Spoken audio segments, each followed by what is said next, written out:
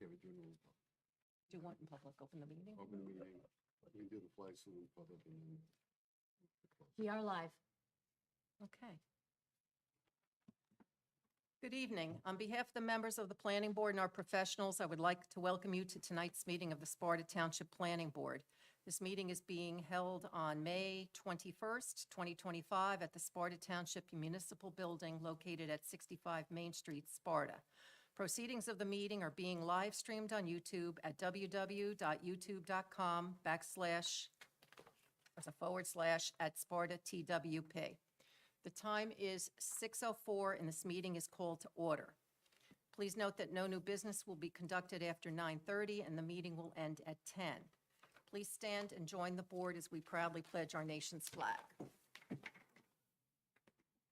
pledge allegiance to the flag of the United States of America, and to the republic for which it stands, one nation, under God, indivisible, with liberty and justice for all. Okay, may we have a roll call, please? Jeanette Burke. Here. Ernie Reichstad. Here. Brian Zimmerman. Here. Ron Day. Here. Chairwoman Joan Furman. Here. Councilman Mark Scott. Here. Robert Bleakley. Here. Vice Chairman Robert Otto. Present. Celeste Luciano. Here. And Christine Dunbar. Here. Thank you. And at this time, we're going to go into executive session. If you could please read the resolution that allows us to do so, and we'll take a vote. Resolution of the Planning Board of the Township of Sparta authorized a closed or executive session. Executive session resolution 2025-6 decided and adopted May 21st, 2025. Whereas Section 8 of the Open Public Meetings Act, Chapter 231 PL 1975 permits the exclusion of the public from a meeting in certain circumstances, and whereas this public body is of the opinion that such circumstances presently exist. Now therefore be it resolved by the Planning Board of the Township of Sparta, County of Sussex, State of New Jersey as follows. The public shall be excluded from discussions of an action upon the hereinafter specific subject matters. The general nature of the subject matter to be discussed is as follows. Housing element and fair share plan, attorney-client privilege communication. It is anticipated at this time that the above stated subject matter will be made public upon the completion of all litigation and appeals and when deemed appropriate. This resolution shall take effect immediately. Okay, thank you. May I have a resolution to go into executive session? So moved. I'll second. Okay, let the record show that Mark Scott made the motion and Celeste Luciano seconded it. And just for the board, the reason I'm doing that is it's very difficult for someone who is taking the minutes to understand who is speaking, and the last time everything went blank, and so they couldn't match the faces with that. So going forward, this will be the practice that I'll just repeat that, okay? All right, so we had a couple things on executive session. The first and the major thing is, of course, the affordable housing. We need roll call? Yeah, we have to. Oh, do roll call, I'm first. sorry. I thought we did that. We No, you did. have to- You have to do a For vote in a executive second, and then you have to do an all Oh, in for the favor or a vote. roll Yes, you're call. right. I'm sorry. Go ahead. Do you want to do an all in favor or a roll call? Everybody in favor of executive session, say aye. Aye.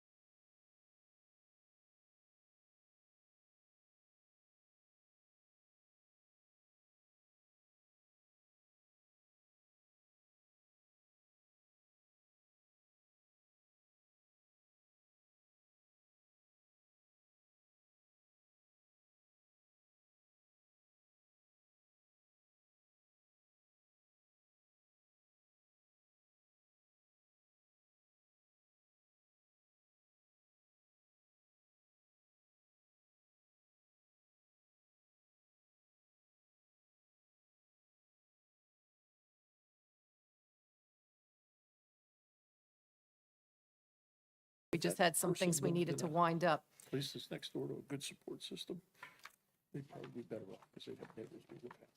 Instead of having Okay. the same problem. Yeah. All right, thanks. The next thing we have are the approval of minutes from April 2nd, 2025. The April 16th minutes need to be carried to June 4th, but if you could please review the April 2nd minutes. Hopefully you had a chance to do that prior to now, and if you're ready, if you would, somebody would like to make a motion. I'll make a motion. Jeanette? Anybody second? Chris will second. Thank you. Okay, all those in favor, we do a roll call, please? Are there any comments? Okay, roll call? Ned Burke, Yes. Bernie Ragsdad, Yes. Ron Day, Yes. Chairwoman Joan Furman, Yes. Councilman Mark Scott, Yes. Robert Blakely, Yes. Vice Chairman Robert Otto, Yes. Les Luciano, Yes. and Christine Dunbar. Yes. Can I make a comment to the comment? On the third page, in this third paragraph, it said, Mr. Scott commented about the status of the Ocean Chapel sign. And at that point, we were all under the assumption that Stop and Shop still owned it, but that's not true. They conveyed it to Ocean State back in like 3 years ago. So my question really wasn't applicable at the time, but it could stay in there, obviously. Yeah. Okay. Thank you. Okay, thank you. We're going to be moving on to, I'd like to do some of the other board business, which is Planning Board 700 BWB Holdings, requesting an extension of time. And Ms. Hooker is here to give us some of the rationale for that extension. Yes, as she's walking up, the New Jersey statute provides for extension of preliminary and site plan approval. I'm looking in the Cox book at page 763, the land use treatise. It says that a planning board may extend the period of protection, which is 2 years, for an extension of 1 year extensions, but not to exceed 3 extensions. What that means is you have the 2-year primary, and you can then extend it 3 more times, 1 year each, for a total of 5 years. Counsel? I don't think so. This is the first extension, correct? Yeah. Yes. Okay. Good evening, members of the board. My name is Madison Hooker. I'm from the law firm Skink Price Smith and King, and I I'm represent. sorry, Oh, they here. can't transcribe anything if they Sure. can't hear it. okay. I represent the applicant BWB Holdings. Again, my name is Madison Hooker. This is an application for extension of approvals that were granted. It was a preliminary and final site plan application that was approved on December 7th, 2022, and memorialized on March 15th, 2023. The property is located at 55 Main Street, and the application was, the applicant was proposing to extend the parking area of the Premier Health Building. And a condition of the approval was that the applicant obtain a new letter of interpretation from the NJDEP. That application was submitted in October of 2023, and it is still making its way through the DEP's review. So the applicant has only been able to occupy the tenants have only been able to occupy the first floor space and not the second floor because of the lack of parking. They haven't been able to start any of the proposed work due to the lack of the LOI. So the applicant is requesting a 2-year extension of approval. So the statute talks about extension of 1 year. And I'd love to be able to say, give the applicant a 2-year, but I believe, counsel, and you can correct me if I'm wrong, it says under 40:55D-54 that the planning board may extend the protections for 1 year, but not to exceed 3 extensions. As I understand that, it's 1-year periods. I think that's the way it is. Okay. That's, Catherine, do you know, or I mean, on the extensions, can it give 2 years? You don't know? That's I think okay. it's one. Yeah, I think it's one too. But I- good news is you can get 3 1-years. Right. It's It's within a unfortunate- 5-year period, isn't it? it's So a- that would You can do a explain why. maximum of 5 years. There's the 2-year primary, Mm-hmm. and then you can extend 2, it 3, 1 4. year, 3 more times. At a time. I mean, I've been before this board and we were granted a 3-year extension because they can be, it was my understanding that they can be done all at once, but Yeah, I don't the think so. board is only willing to consider a 1-year extension, then that's fine with us. Okay. It just says extensions of 1 year, but not to exceed 3 extensions. It says extensions of 1 year. And May- let's stick to that. And I could be wrong. If you find, I'd welcome if you see anything case law on it for the future. That's fine. We will be requesting the 1 year then. Does anybody have any questions? Yes, Mr. Pora. Yes. Is it true that while we extend for 1 year here, there is no zoning protection, right? There could be a change in zoning? Well, their resolution Yes, is what they're extending. Okay. So they are vested and protected on that resolution. okay. All right, well, I misunderstood. Okay, thank you.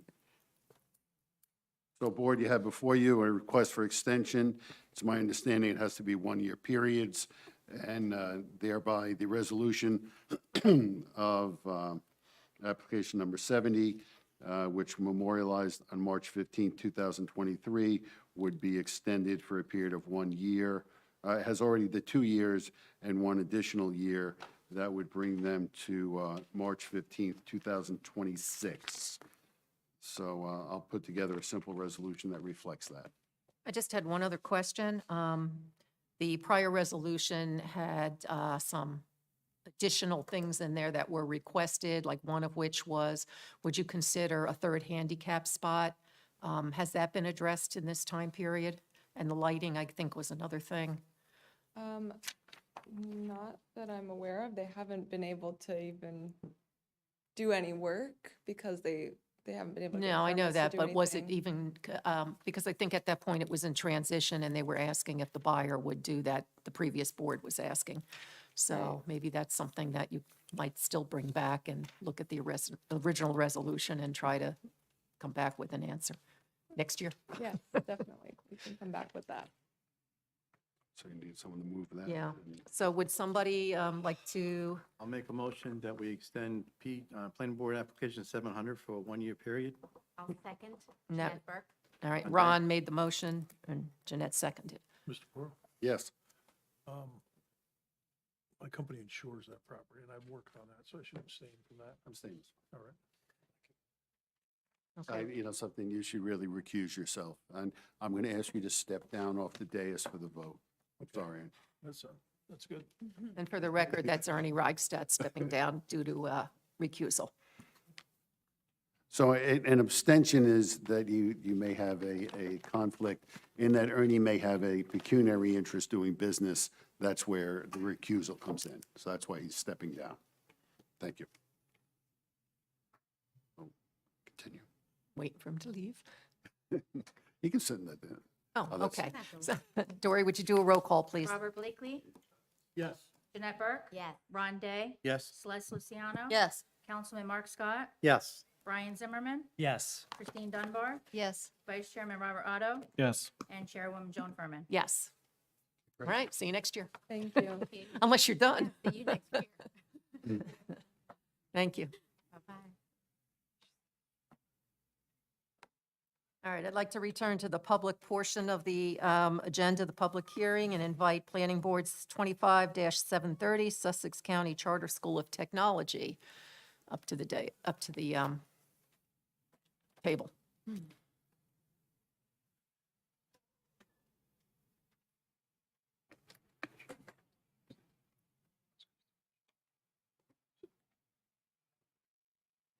Welcome.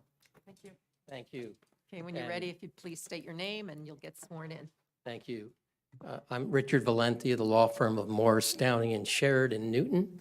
On behalf of the applicant, Sussex Charter School for Technology, and to my left is Noreen Lazarick,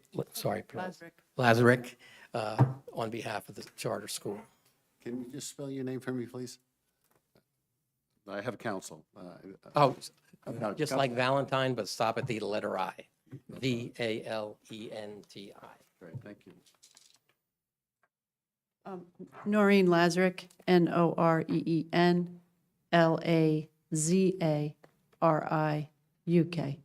Superintendent of the Charter School. Noreen, I'm sorry. Yes. Noreen, do you solemnly swear to tell the truth, whole truth, and nothing but the truth, so help you God? I do. And you've stated your name and your business address, if you could, for the record. 385 North Church Road, Sparta. Okay, counsel. Thank you. Thank you. First of all, I wanted to thank the board. Originally, we weren't on the agenda for this evening, and I appreciate the fact that you reconsidered that and allow us to be on it. There is somewhat of a time constraint involved in this request, so we greatly appreciate your hearing the application this evening. We have one professional witness, Justin Provencher. Would you like to swear him in at this time as well? Please. Justin?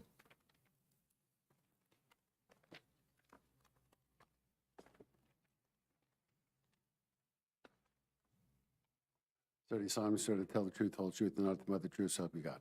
I do. Name and professional address for the record, please. Justin Provencher. Provencher is spelled Provencher. Professional address is 445 Godwin Ave, Suite 9 in Midland Park, New Jersey, 07432. And you work with Land Associates. I do. And you're a professional engineer licensed in the state of New Jersey? Correct. And your license is in good standing? Yes, it Have is. you ever testified before a board before? Yes, And you've been accepted as an expert in civil engineering? I have. Board, I recommend you accept him as an expert in the area of civil engineering. So accepted. Council, just to move things along,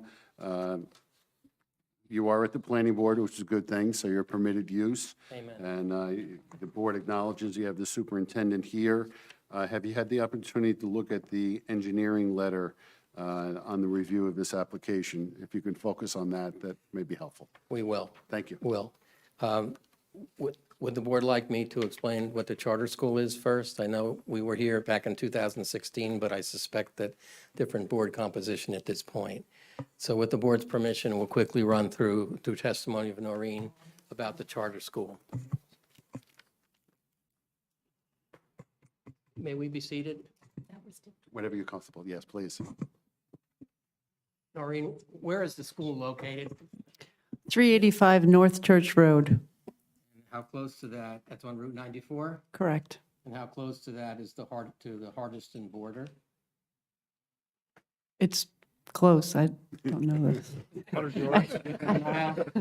Yes, And the charter school is a public school of choice, is that correct? correct. And what does that mean as far as first a public school? Well, we are a public school. We just have, all of our students are choice students. So we have all the regulations. We follow everything that a public school would follow. We just have the privilege of having a school of choice. So we draw from 17 towns in Sussex County, and we can actually take students from other counties also. But right now, we have some students from Jefferson, but everyone else is from Sussex County. So there's no tuition.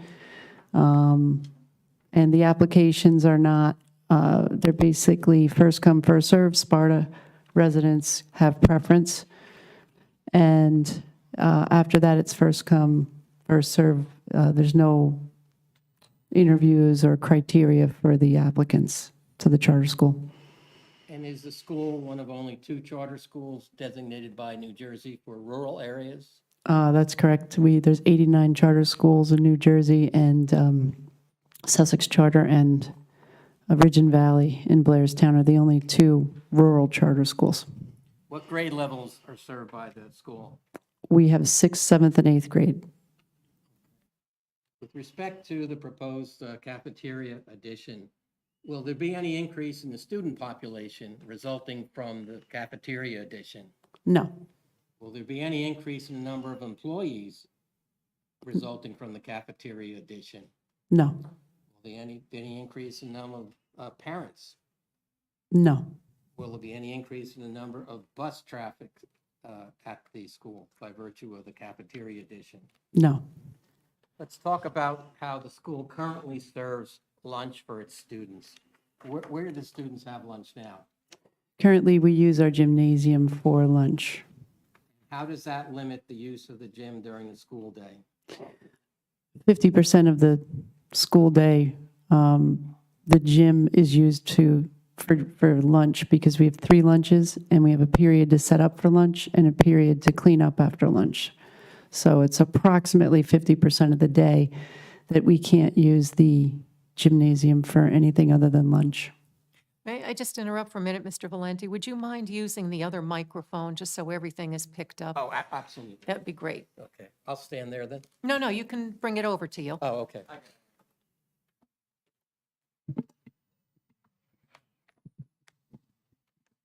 You could take it off the stand, too.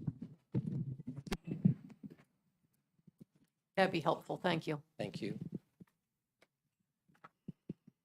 With respect to how students are currently served lunch at the school, how does that work?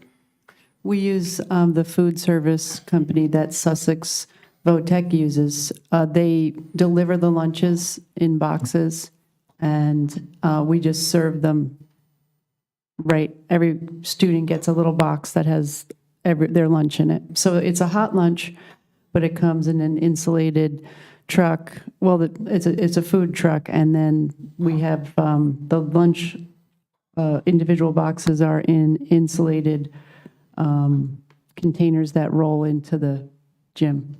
And the students can brown bag as well as an option? Correct. And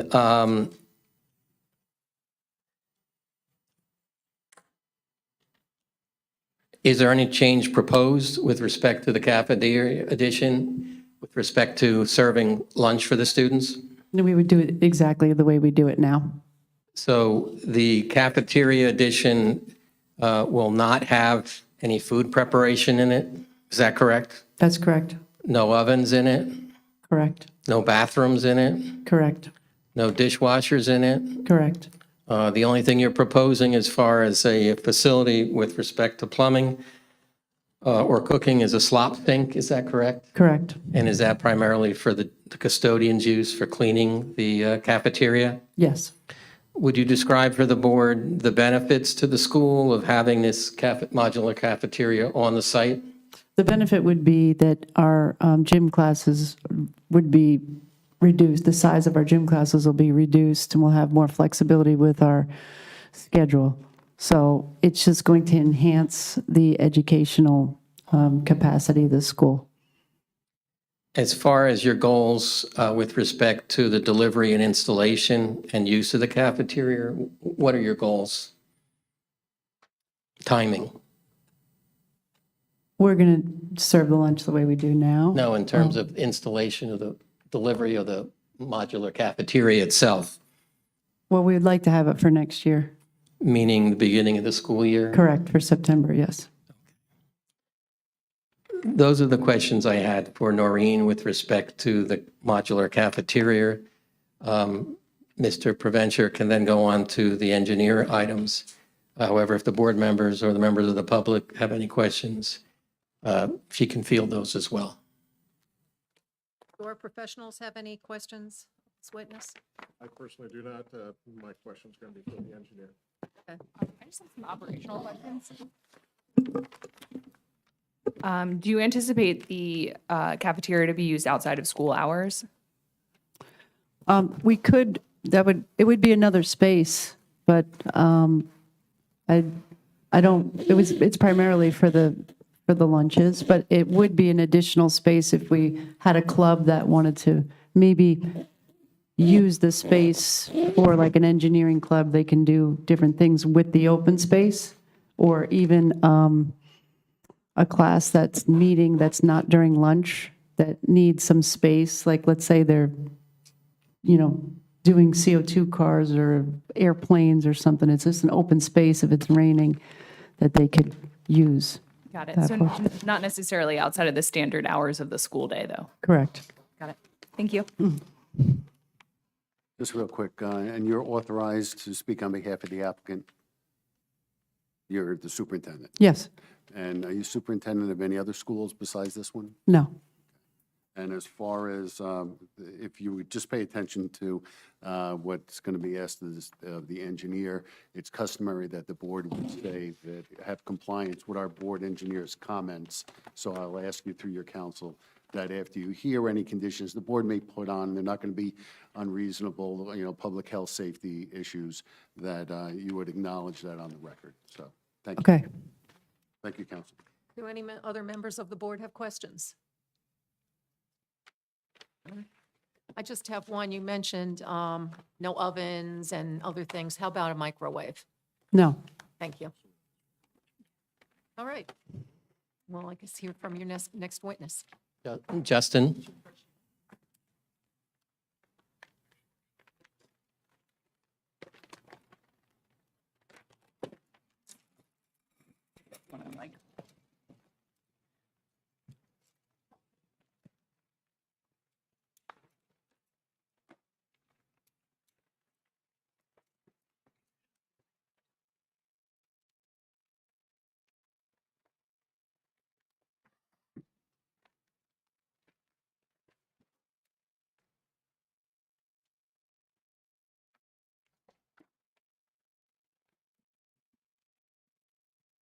These are just the site plans that were approved, or that were submitted most recently to the engineer. Justin, would you briefly describe the size and location of the proposed cafeteria addition? Sure. The proposed cafeteria is approximately 66 by 24 feet, which comes out to 1,540 square feet. And it's located at, the farthest rear yard area of the school, which is back here, which is the southwest corner of the property. And would you describe the reasons for why the cafeteria will be located where it is and any other options that you considered? Sure. This location is the farthest from any other neighboring buildings, and there's another potential green space on the opposite side of the property that's on the southeast side, over here. But currently, there's a stormwater detention basin in that location, so it would have to be slid much farther away from the school, which would obviously not be ideal as far as getting students from their classrooms into the cafeteria itself. So this had the best balance of being close to the school and far away from neighbors, and still in close proximity to where the students have to access it. As far as additional lighting, would you describe, if any, additional lighting associated with the cafeteria addition? There's two entrances to the classroom. There's one ramp that goes up to a front entrance, and then a set of steps that goes up to a side entrance. And we expect to have just one light over top of each door, which is fairly standard for just basic egress and security purposes at those entrances. As far as, there are two, what I'll call bulk variances required with respect to the placement of the cafeteria addition. Would you indicate what those variance requests are and the justification that you feel are for those variances? Sure. The two variances are a rear yard setback where 60 feet is required, and we are about 44 feet away from the rear yard. And the other setback is between two buildings, that 15 feet is required, and we're providing 10 feet, which is the required fire protection separation. And, go ahead, I'm sorry. Yeah.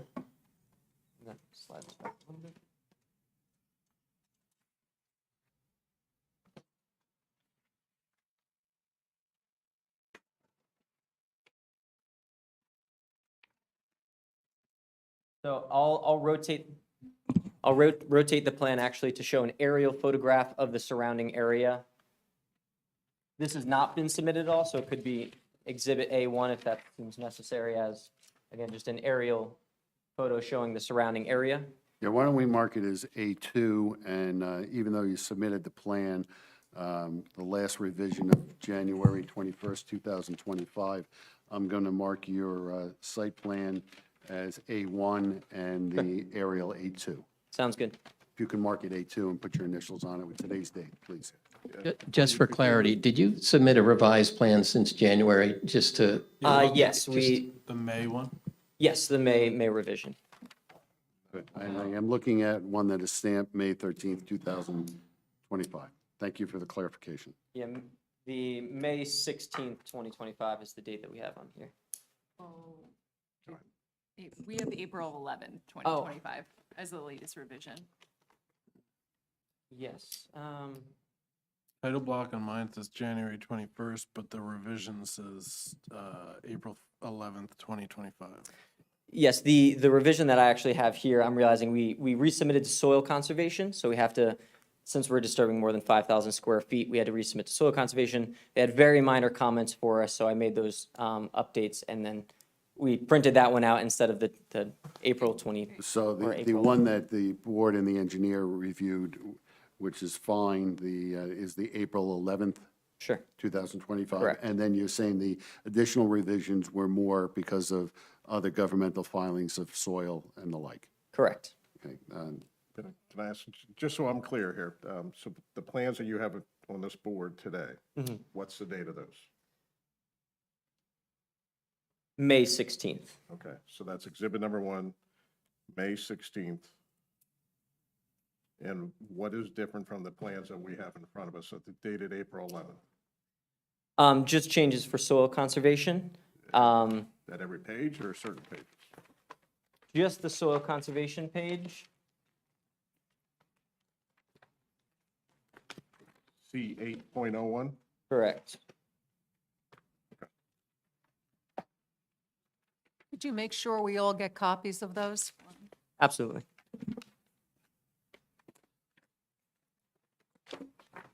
So, sorry, I'm trying to. Did you say 801? C801, which is the soil conservation sheet. I think there was just a comment about this vast block of notes that they wanted another note added to it. So on the title, I'm just trying to figure out if that sheet's different. Mine says January 21st, 2025, but the revision has 4/11/2025 for C801. So then this is, yeah, the May 16th. I think the plans you have in front of you, the same ones that we reviewed that are dated April 11th. During their submission, during the soil conservation review, they made an update. But mine is, no, I get that, but mine is dated January 20, maybe a drafter forgot to update the date in the upper right above the seal. So that's the date that they were drawn. That's the drawn date, and the revision date is in the title. Okay, thanks. The standard way of doing it, you keep the original date that you prepared the map, and then you do the revision date. Yeah. And you add.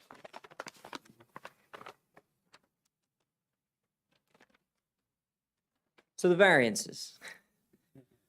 We have a rear yard setback and a separation between buildings variance. This rectangle represents the approximate location of the new proposed cafeteria building.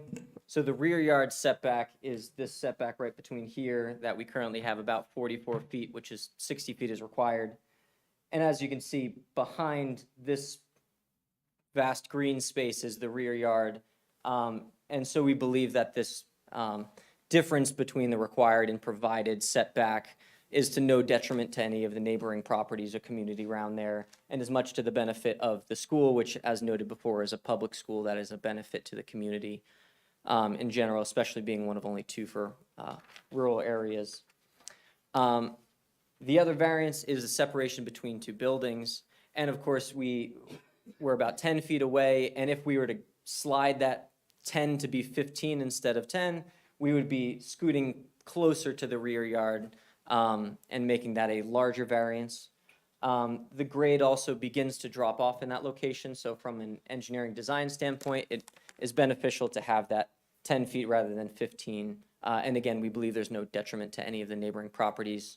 The grade between this sort of side yard area begins to go upward so that the building itself is somewhat recessed compared to the grade directly adjacent to it at the front.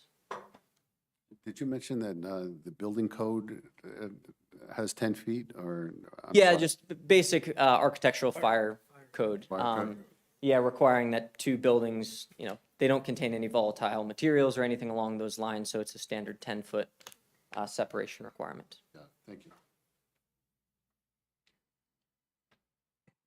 With the board's permission, we'll go through Mr. Stoner's report.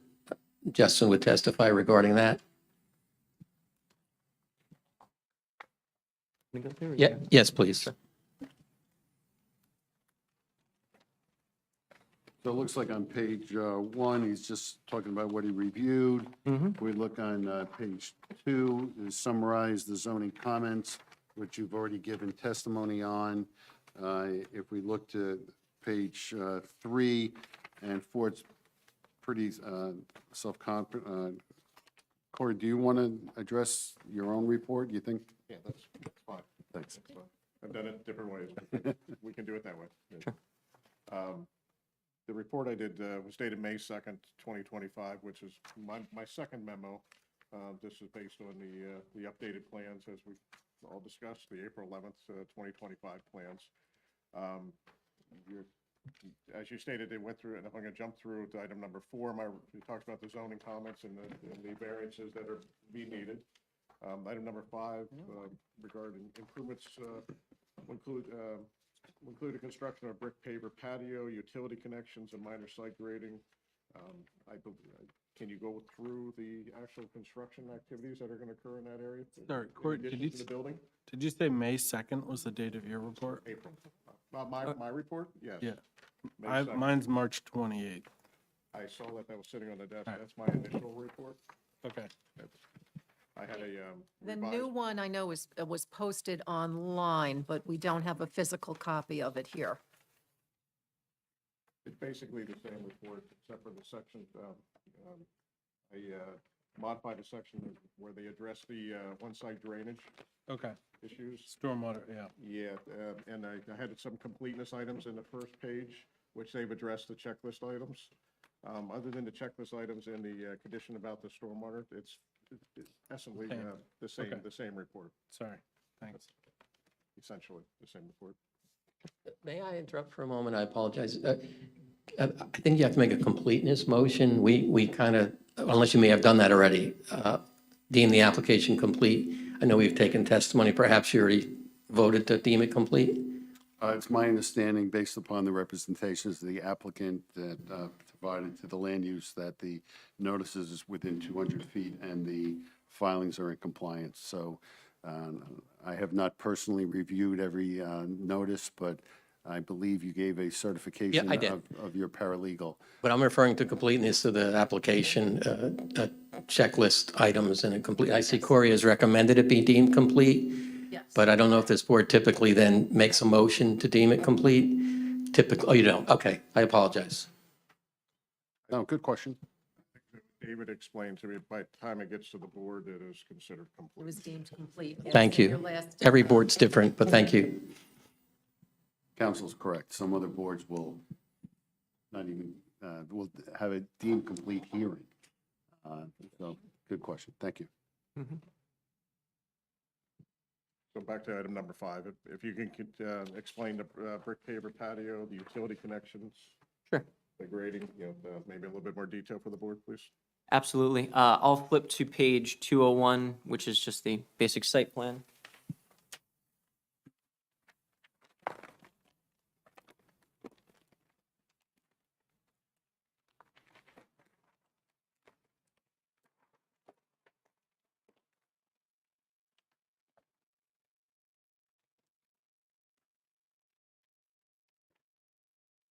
So the project essentially is the installation of the cafeteria, which is a modular building that'll be placed on footings, which are essentially concrete footings with masonry block.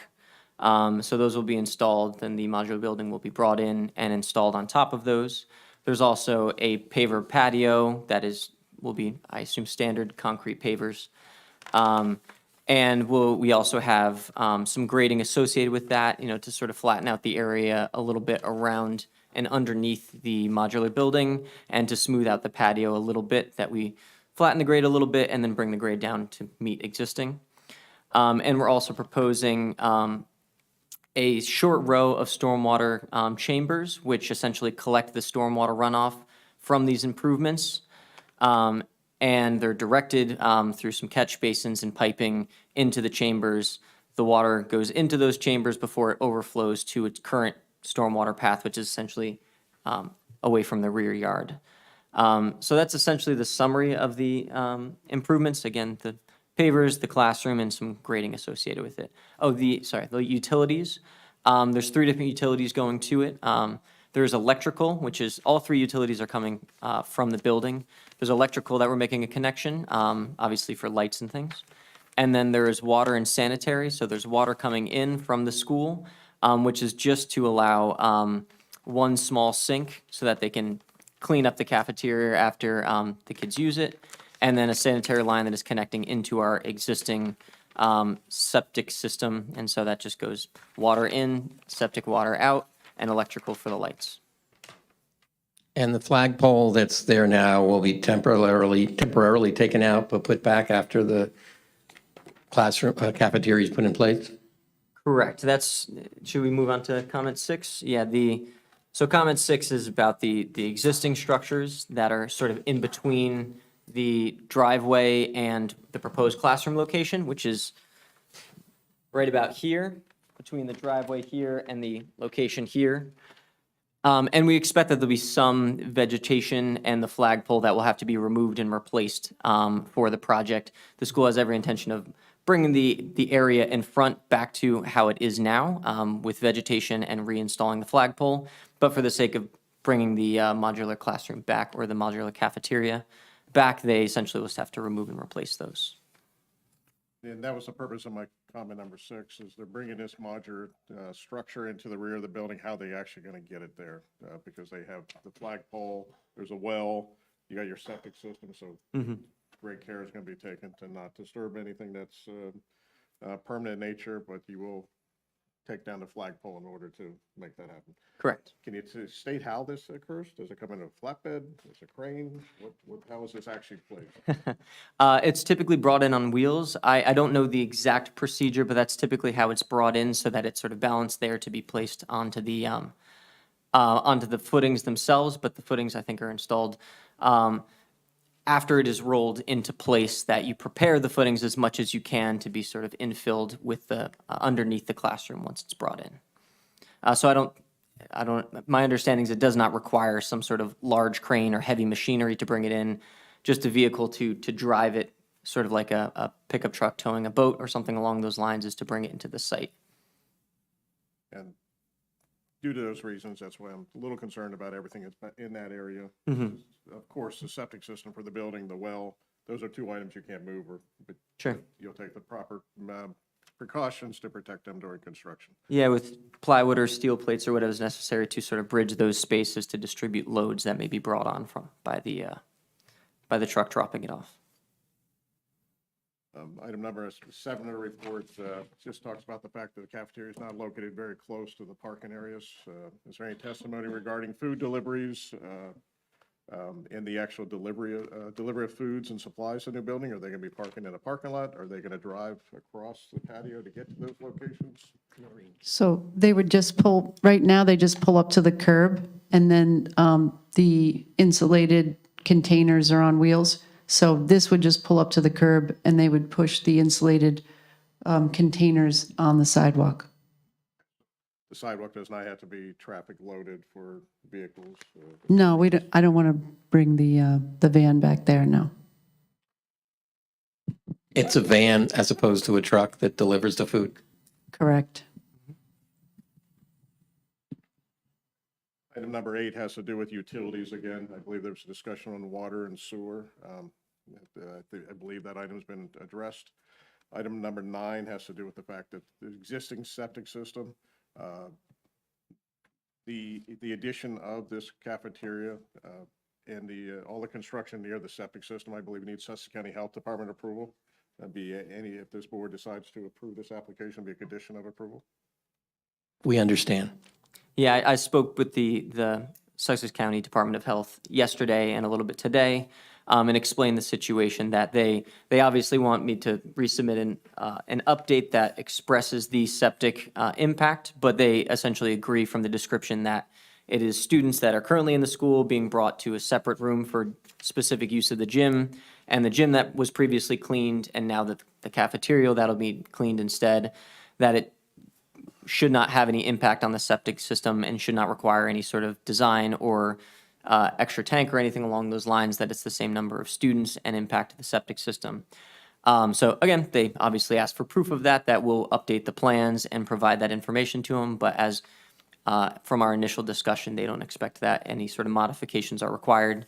Their letter initially said that we would need to submit calculations as a sort of cafeteria, I forget exactly, like a commercial establishment.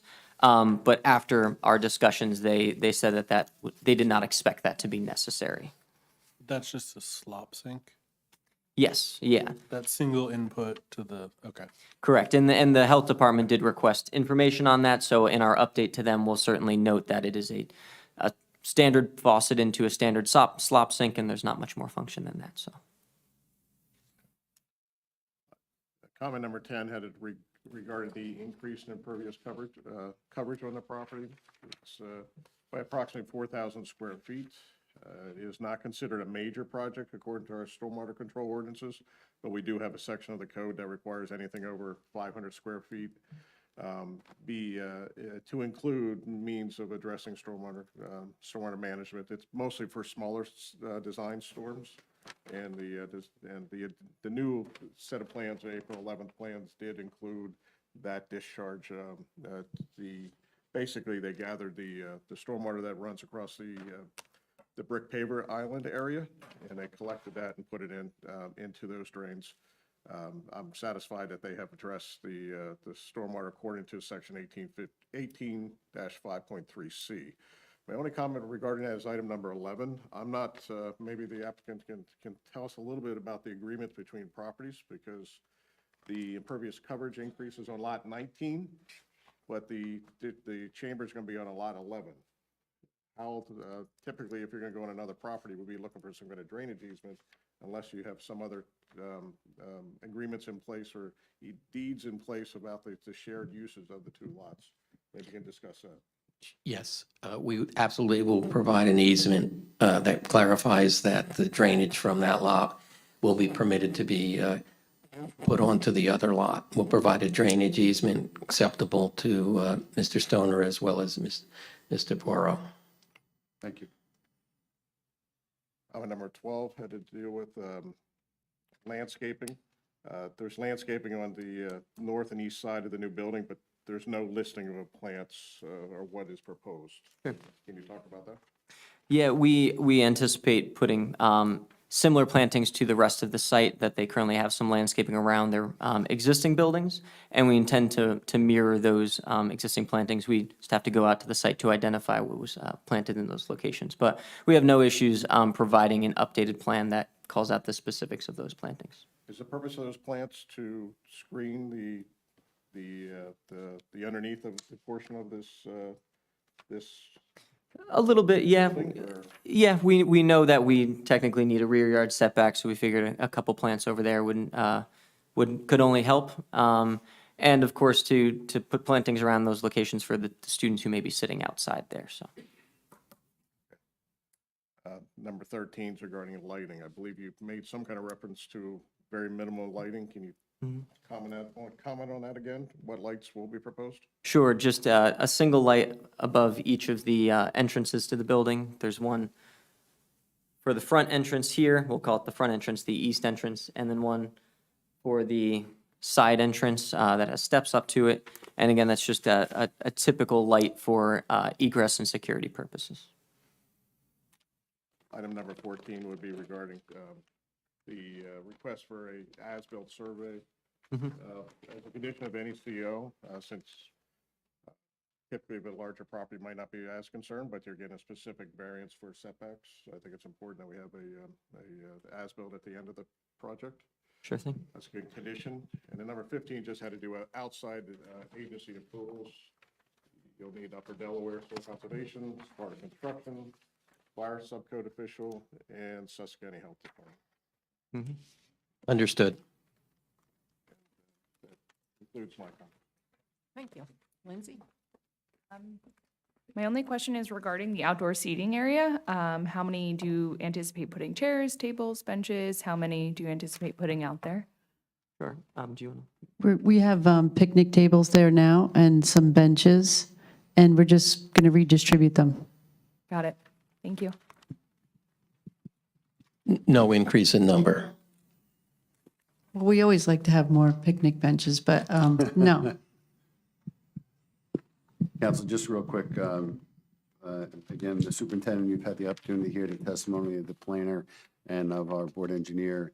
Is, if you have any concern that you can you kindly affirm that you can comply with their requests and requirements? Affirmed. Thank you. Thank you. One last thing. There was that discussion of the modular delivery.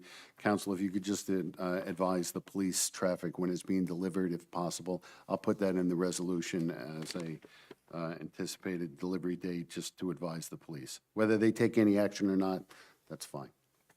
Will do. Thank I have you. nothing further. All right, we'll open it up to members of the board. Jeanette, do you want to start? I have no questions. Thank you. Ernie? My only comment was probably 10-foot distance as opposed to 15 is advantageous in the rain for students. But other than that, no, I don't have any questions, just a comment. Thank you, I Brian. have no questions. I do want to make a comment. I think that this is a great addition to your school, and I wish you the best. I hope we look at it favorably. Ron? Yeah, just one quick question. So I didn't see it in the drawings. It might have been in the application. I missed it, but all the adjacent property notifications were made in terms of the setbacks? Okay, thank you. 200-foot list, yes. Okay, thank you. Mark? Are you going to have any awning or rain protection for these children to go between the buildings? We don't, no. Okay. I just had a question on, well, I guess I should question the lighting. I think you said one light over each door, but the facade detail shows a couple lights over a couple doors. So I was just wondering if the facade detail is just a rendering and. Yeah, it's a typical layout of, that you get from the modular produce or the supplier. They're not exact, that's the kind of goes in when the order does, when the order goes in. We're happy to provide any information we get from the supplier if necessary. No, just, Sure. it was different from the plan view and from what you were saying, so that makes sense. Understandable. I'm not going to ask, I normally would ask about temperature, but I understand that these are bought as modular, so the lighting's probably intrinsic and, all right. And then I had a question on your stormwater for the patio. It looked like it was like drains in series that you talked about. So one goes to another, goes to the subsequent one, and eventually exits and kind of is there a maintenance plan with that? Like, is there required maintenance for sediment or? Typically, maintenance plans go along with the major stormwater developments. We have it set up to allow fairly easy maintenance. You can kind of see having the manhole directly adjacent to the chambers, whereas at times people connect directly into the chambers. So having the manhole there does allow easy access to pop open the manhole from there to access it.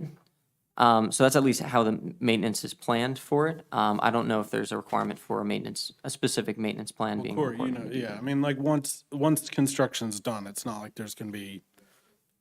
You have the condition of the resolution that they have to have that drainage in it. Okay. Included, but typically for these the smaller projects, we don't Yeah. require a maintenance man. When it's a major project, they get a maintenance manual, I'm sure you've seen, David, request a maintenance manual that's filed in the clerk's office, and it's a formal process, but for the smaller situation like this, it's not required. I'm just practicing for bigger things. so. Sure. Thanks. Celeste?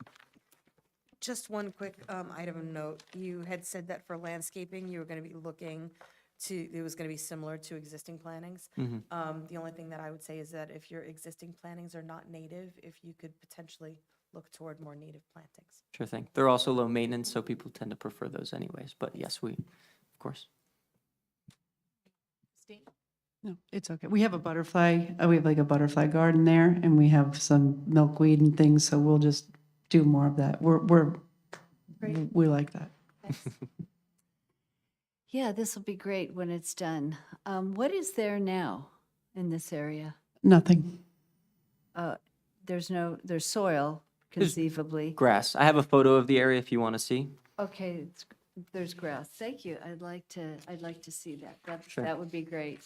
So I was also wondering, so that the stormwater is going to go into the drain through chambers, you mentioned? Just for the record, we'll mark the photo as A3. 3 copies of the same photo. Perfect. Mark that. Yeah, makes a difference. uh, It's like there's a Just an soccer field A3 in it now. with your initials and today's date, please.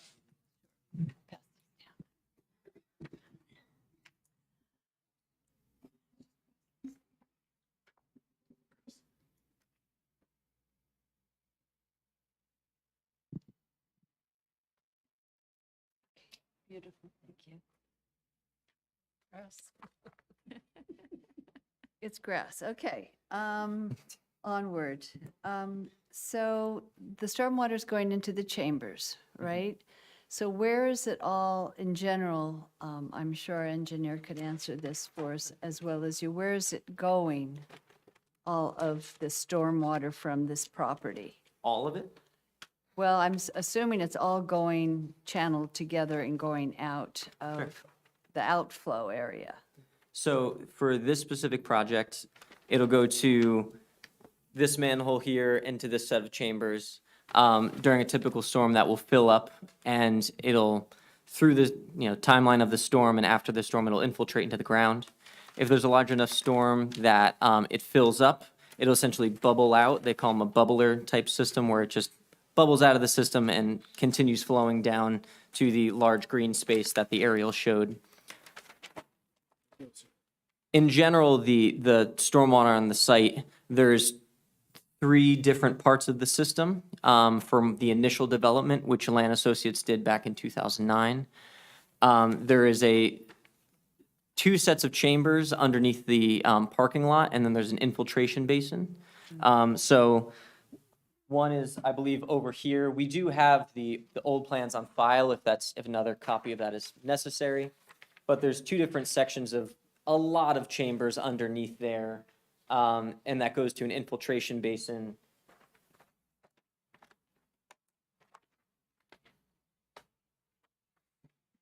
So essentially there's chambers around here, and then an infiltration basin sort of in this vegetated space right here. And so both sets of chambers make their way to this infiltration basin that infiltrates water to improve water quality. And then any overflow from there continues to the green space. That was a major development at that point, and it was designed as such and approved, and it's been there functioning since then. Oh, thank you. I just have one other comment. Conceivably, you're going to have gray water coming off of the roof, right? When it rains, the water's going to, is that going to be fed into the same system? Or is You there mean- any opportunity for you to intercept it with a rain garden? Gray water typically refers to like shower and sink water. I've also often heard it referred to as water coming off of the roof. Water sheet flowing off of the roof will essentially be directed, or at least I think half of will be directed into the system as well, to be infiltrated. I don't think there's any plan or a requirement for a sort of a rain garden. No, there isn't. It's just best management practices. You know, to do that, it'd be a great project for the kids, you know, if it were possible to do that. Or a rain barrel, you know, at a corner or 2. Is it a gutterless, the modular, is it guttered or gutterless? I have to coordinate that. I think it can be guttered, which would be preferred to go into the I system. think that would be kind of related to your question. If it Yeah. had gutters, then you could just put in a rain barrel Mhm. and do a catchment system. So I think that's what Christine's getting at, right? Right. If it's gutterless, then you don't have that option. It sheet flows, it ends up half of it on the brick paver area and it goes to the subsequent drains and, okay. Correct. I was just Sure. suggesting that as a possible project and a great idea, for the kids possibly. Yeah, they like that kind of stuff. Thank you. And I have no other questions. Thank you. Okay, I have two. I just want to echo Christine's suggestion. That would be a great eighth grade environmental science project, so something to consider. I had a question about heating for the modular. How's it going to be heated? Again, the specifics of that will be detailed with the modular classroom company, the supplier rather.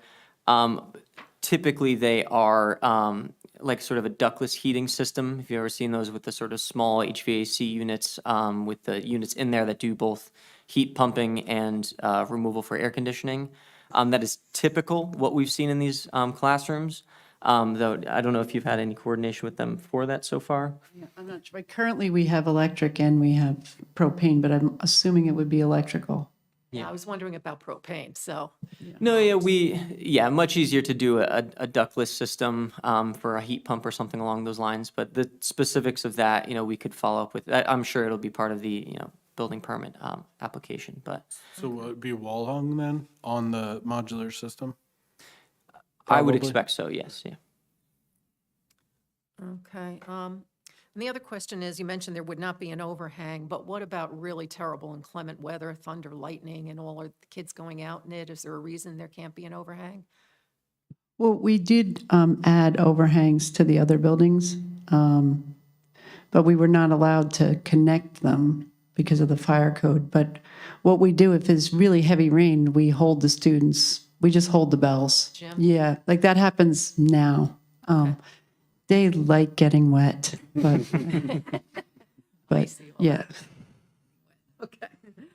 All right, that's all I had. Anybody have anything further? Public. I know, just seeing anything here further. No?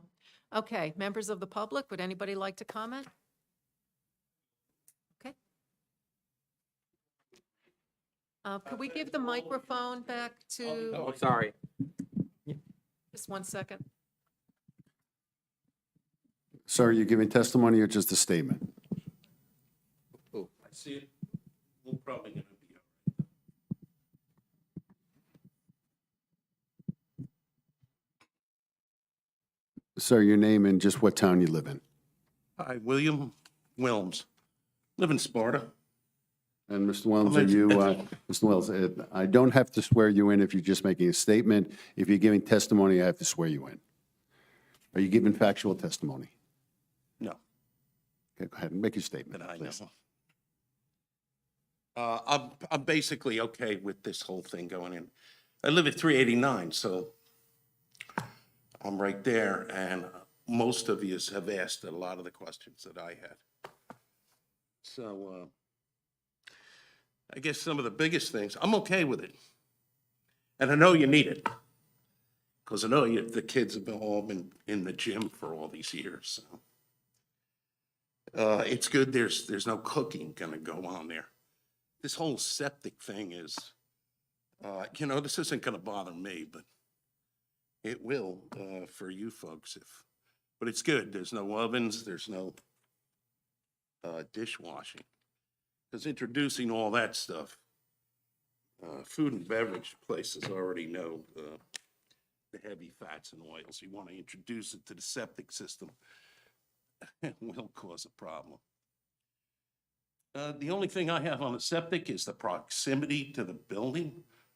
I don't know, it's close, real close. And I do understand the setback. Hopefully all of that, I know it's close to the other property lines. It has nothing to do with me. The patio clean out, I wish you luck with all of that. You're building that patio right over the clean out. And I guess I don't know, the runoff from the patio and stuff. The retention basin and the three pieces, that's gonna be new, we're adding, because basically it looks like a retention basin. Oh, what we're adding is a small row of chambers. Yeah, of underground chambers. Okay. I won't have a problem, if it's really bad and there's overflow, but I know the folks on Old Prospect School Road, that piece of property, and you know it'll flow down there, so. My big thing, and you know already, is I just want to comment about lighting, and it should be included here. I'm good. The lighting over the doors, we'll consider it security, stay on all night. Shouldn't affect my house, so. I have problems with those those high-intensity LEDs that are put on the side of the gym and then the front. That stuff lights me up all night long. But the lighting on the cafeteria, as long as there's no rooftop lighting later added, and really nothing above 16 feet off the ground back there that's going to be shining all over. You know, some kind of shielding if it's going to be, if you're later going to be asking about it. The height of the modular building itself is only about 11 feet high. The building height calculation is, I think it was 13.7, I think is the building height technical calculation. And then the light would be, you know, to not be part of the roof is another 2 or so feet lower. Not rooftop lighting. No. Somewhere above 60. And the only other thing you might consider, but you know, this will be fire inspections, this is sprinkler connections there. The rest of it is really all about the proximity to the septic system and the patio over the clean out. Otherwise, I am good. I thank for the commentary. And the cafeteria is a great addition. And great studies and rainwater barrels. Thanks for your time, audience. Maybe I put Counsel, some just other ideas in your head to look closer at that whole septic system. The building proximity is right at the edge of the field.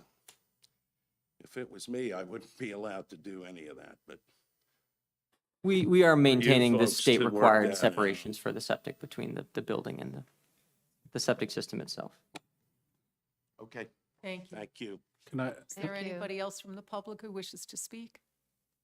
Sir, can you comment on that lighting issue that you have with you Well, said can I- the LED, the high LED lighting off the gym? Currently, is that an issue for you? It is, and I brought this up in 2016. I asked about, you know, having the parking lot lights put off, but at night after 9 p.m., which we did for a while. And I don't object to parking lot lights because I do know, I live right there. There's plenty of nights. There's different activity nights throughout the school year. You obviously need the parking lot lights on. But there are recently, and just late last year, new lighting was installed up high on the gym, and they're above 16 feet. There's one on the west side of the gym, and you have the north side of the gym, and then a little further down on the one building. Those things are intense. They're part of a package, I do believe, are provided by JCP&L, and the tech school got, you know, cases of those babies, and a few of them showed up here at the charter school. Since those were put up, those are unbelievable. I don't have to put my bedroom lights on at night. I need to close the shades. That new heavy-duty LED lights. The other lights above the doors are not a problem, which was the original 2009 site plan, that those lights would remain on throughout the night as security above the doors, not now I feel like I 16 wanna add- feet above up on the building walls. They at the moment shine over the trees. Board, may Light I up the back suggest? of my house. All right, may I suggest to council, is it possible that on the application, we just put as to site lighting, that the applicant shall look to minimize and shield the lighting to the property, not stemming onto the neighboring properties? Is that something you look into? all right, can I offer just some best practices, and Corey, if you want to jump in, Mr. Stoner, sorry. So it sounds like there's a light spill issue, right? And so what you guys are proposing was just the modular cafeteria. So I wasn't gonna say my usual spiel, which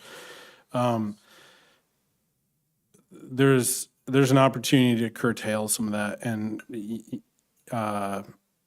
we can look into just shading some of that spill off-site of your property. Just while you're doing this, is it something that we can explore? I don't know if this is appropriate, council. Well, they're here for site plan approval. If, in good faith, the property that causes a nuisance, again, you've got a good application, good, Corey, the engineer, any suggestions? I'm suggesting that the resolution just say that the applicant use best efforts to shield the property lighting and not to cause spilling or stemming onto the neighborhood areas. So just, we're not trying to encumber your application, but it sounds like there's some issues that you could probably easily resolve with some shades. We didn't add lights, we got new bulbs, and they were more energy efficient bulbs. Okay. Maybe lower wattage. I can, Well, so normally, and again, I could leave this to the engineer, but you could do shades for if they're going beyond the property, just passive shading. Is there an opportunity to kind of curtail the use of them when there's not activities going on? we can do that. Okay, and you've just gotten the bulbs, so I probably can't ask for 3,000 Kelvin, but that's like the warmer light versus the bluish light that tends to really interrupt people's sleep if it is on after sleep, and it affects wildlife. So I would just, I don't think would be cumbersome if you could just take a look at it while you're prepping for the rest of this, introducing shading to kind of be the good neighbor that sounds like you already are, to look into when you're operating your lights. It sounds like you're getting more energy efficient bulbs anyway, so it would make sense to just curtail the use of those lights if they're, not on for any specific reason. And then if there's an opportunity, I would say in the future for replacing any fixtures or lights, to try to choose a 3,000 Kelvin. So that's just the temperature. It's like more of like a candle flame versus that bright bluish, blinding light that interrupts wildlife and human activity. All right. I have a suggestion, although not related 100% to the light levels, but in my experience, when there are issues with neighbors with lights, sometimes just exchanging contact information and him having someone to reach out to when there's an issue, just explaining it or having photos to show you, and you guys can maybe work together to come to a conclusion. I think that would be probably pretty easy to do as well. I would agree to that. Yeah, and again, council, I'll just use best efforts. It's not a particular requirement, but again, applicant used best efforts to shield its property lighting, that it will preventing it from stemming or spilling onto the neighborhood area, turning off the lights when not necessary after school hours and school functions, and a recommendation of a 3,000 Kelvin bulb for replacement. I would just put that as a general recommendation, not a mandate. And the lights are also security too. So that's Yes, nice. Do you maybe have a business card you could give him, just or a card or an email address maybe, so that he could have someone to reach out to? I think that would be. And just a follow-up question with regard to the modular and lighting, is there anything that would not allow a motion light as opposed to a light that's on all the time? Actually, I understand the exact placement of the cafeteria. There's any lighting there, as long as it's not on the roof above 16 feet. There's probably no lighting. There's nothing that far back that bothers me. It's mostly the lighting on the side of the gym, and they are newer lights that were installed, not replacement bulbs. Used to deal with just above the doors was considered security, but So are those wall pack lights, like well, we're getting a fixture replacement, but anyway, So rather than best efforts, why can't we make sure that the applicant does not have their lighting up this gentleman's yard or So this gentleman's I could bedroom? just change it to the site lighting shall not stem or spill onto the neighboring properties. And I can say that could use best efforts as to turning off the lights after school hours or school events, best efforts to use 3,000 Kelvin bulbs on replacement, and best efforts to use motion lighting if practical. And security lighting with most places is usually less than 50% of normal lighting. Yeah. You know, there should be for security purposes, you don't need the lighting you need when you have patrons on site. You need about less than 50% of the lighting. You just need enough to be able to, for some people, as the police are driving through the lot, they can see, you know? Yeah, it's not lit up like it's daylight. I mean, if you want to drive through, I'm willing to work with our neighbors on this. All right, so I think the compromise is that the site lighting shall be shielded onto the property and not stemming or spilling onto the neighboring properties. And then I'll use the best effort language to the other issues, such as the hours and replacement and motion lighting and Kelvin bulbs, if applicable. can Mr. Stoner, it looks like he wants to say something. I was just waiting my time. It's just my question that, or statement here, and a question, that this site was, the lighting they're talking about is from the parking lot to the, to the gymnasium. That was part of another site plan. All right, so that site plan should have had a lighting plan, and they should be in conformance with that plan. We can do an inspection to make sure that they're in full compliance with that plan.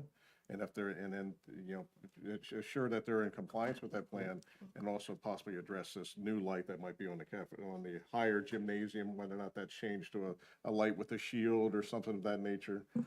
But they should be in compliance with an approved site plan, which, based on the testimony, I'm not sure if they 100% are. They might be very close, but it's, there might have been modifications over time. They might be a little brighter. There might be things that, things that may have changed, so we can do an inspection on that to make sure that they're in compliance with that approval.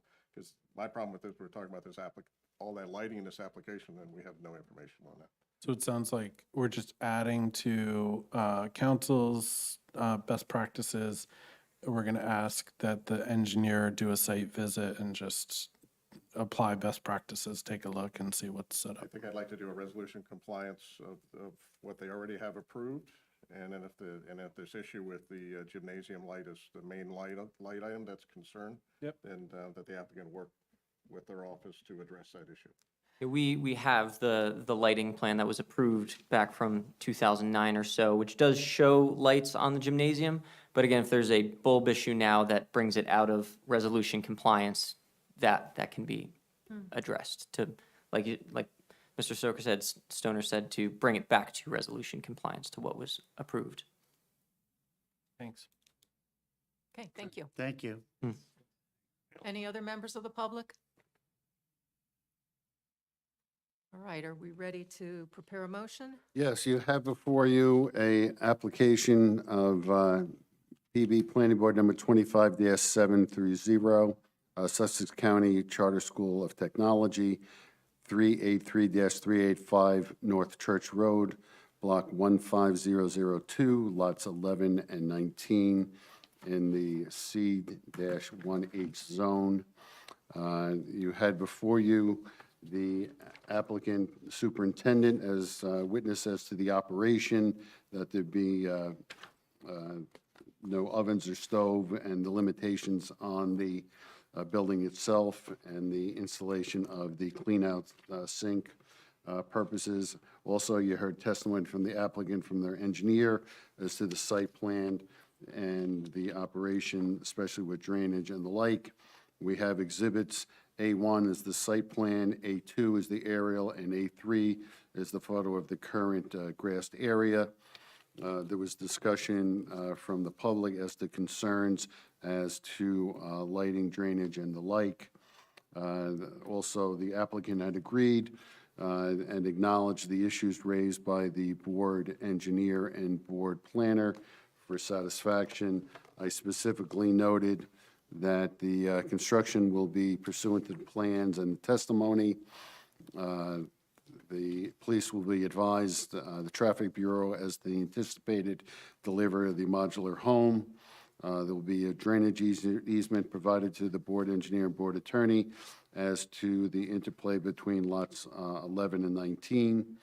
There will also be landscaping by way of native planting is encouraged, along with the landscaping that a rain barrel or water catch basin for academic purposes is encouraged.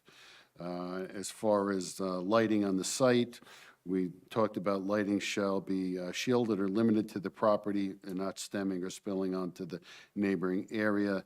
And the board engineer recommended with the compliance plan, so therefore there would be prior approval resolution would be looked to as far as those prior approvals and construction, and as the applicant's engineer acknowledged, there is a lighting plan in place. As far as lighting also, best efforts between the neighbors to turn off unnecessary lighting after school events and school functions.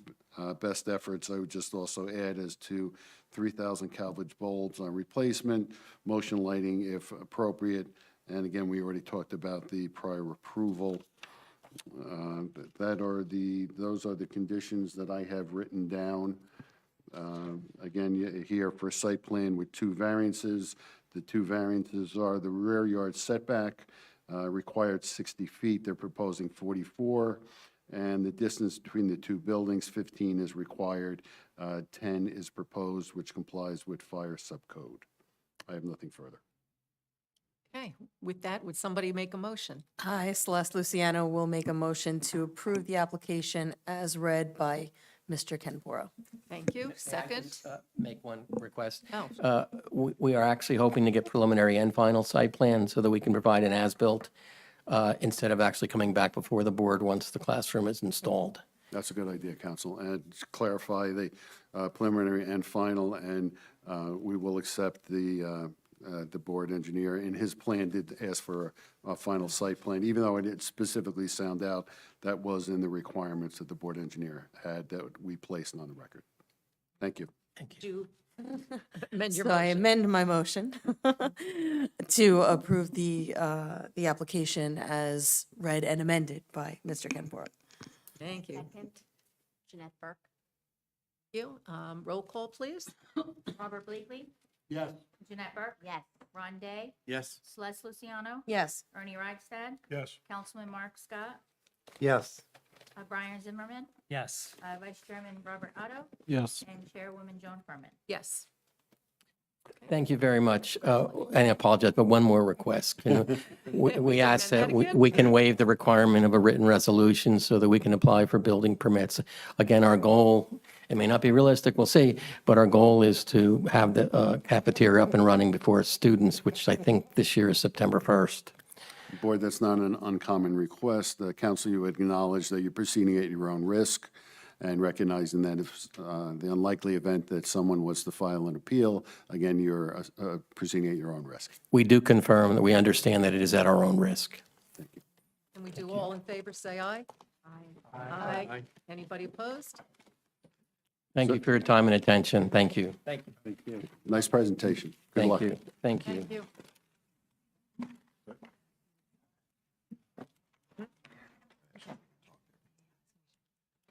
We do one more break?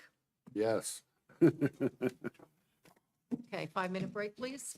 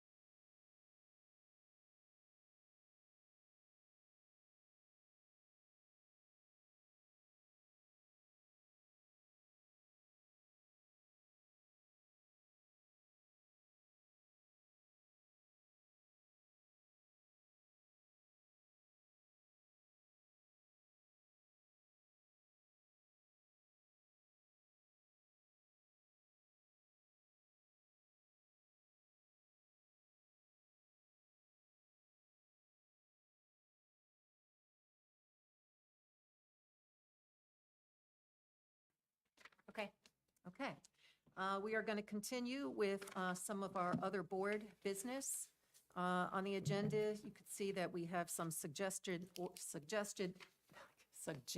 ordinance revisions, and there's one that is not on here. So we'd like to discuss three things. One is the fitness centers in the TCC zone, and a new ordinance for the minor site plan subcommittee, and a discussion of the C1H zone and bringing that back. So first would be the fitness centers.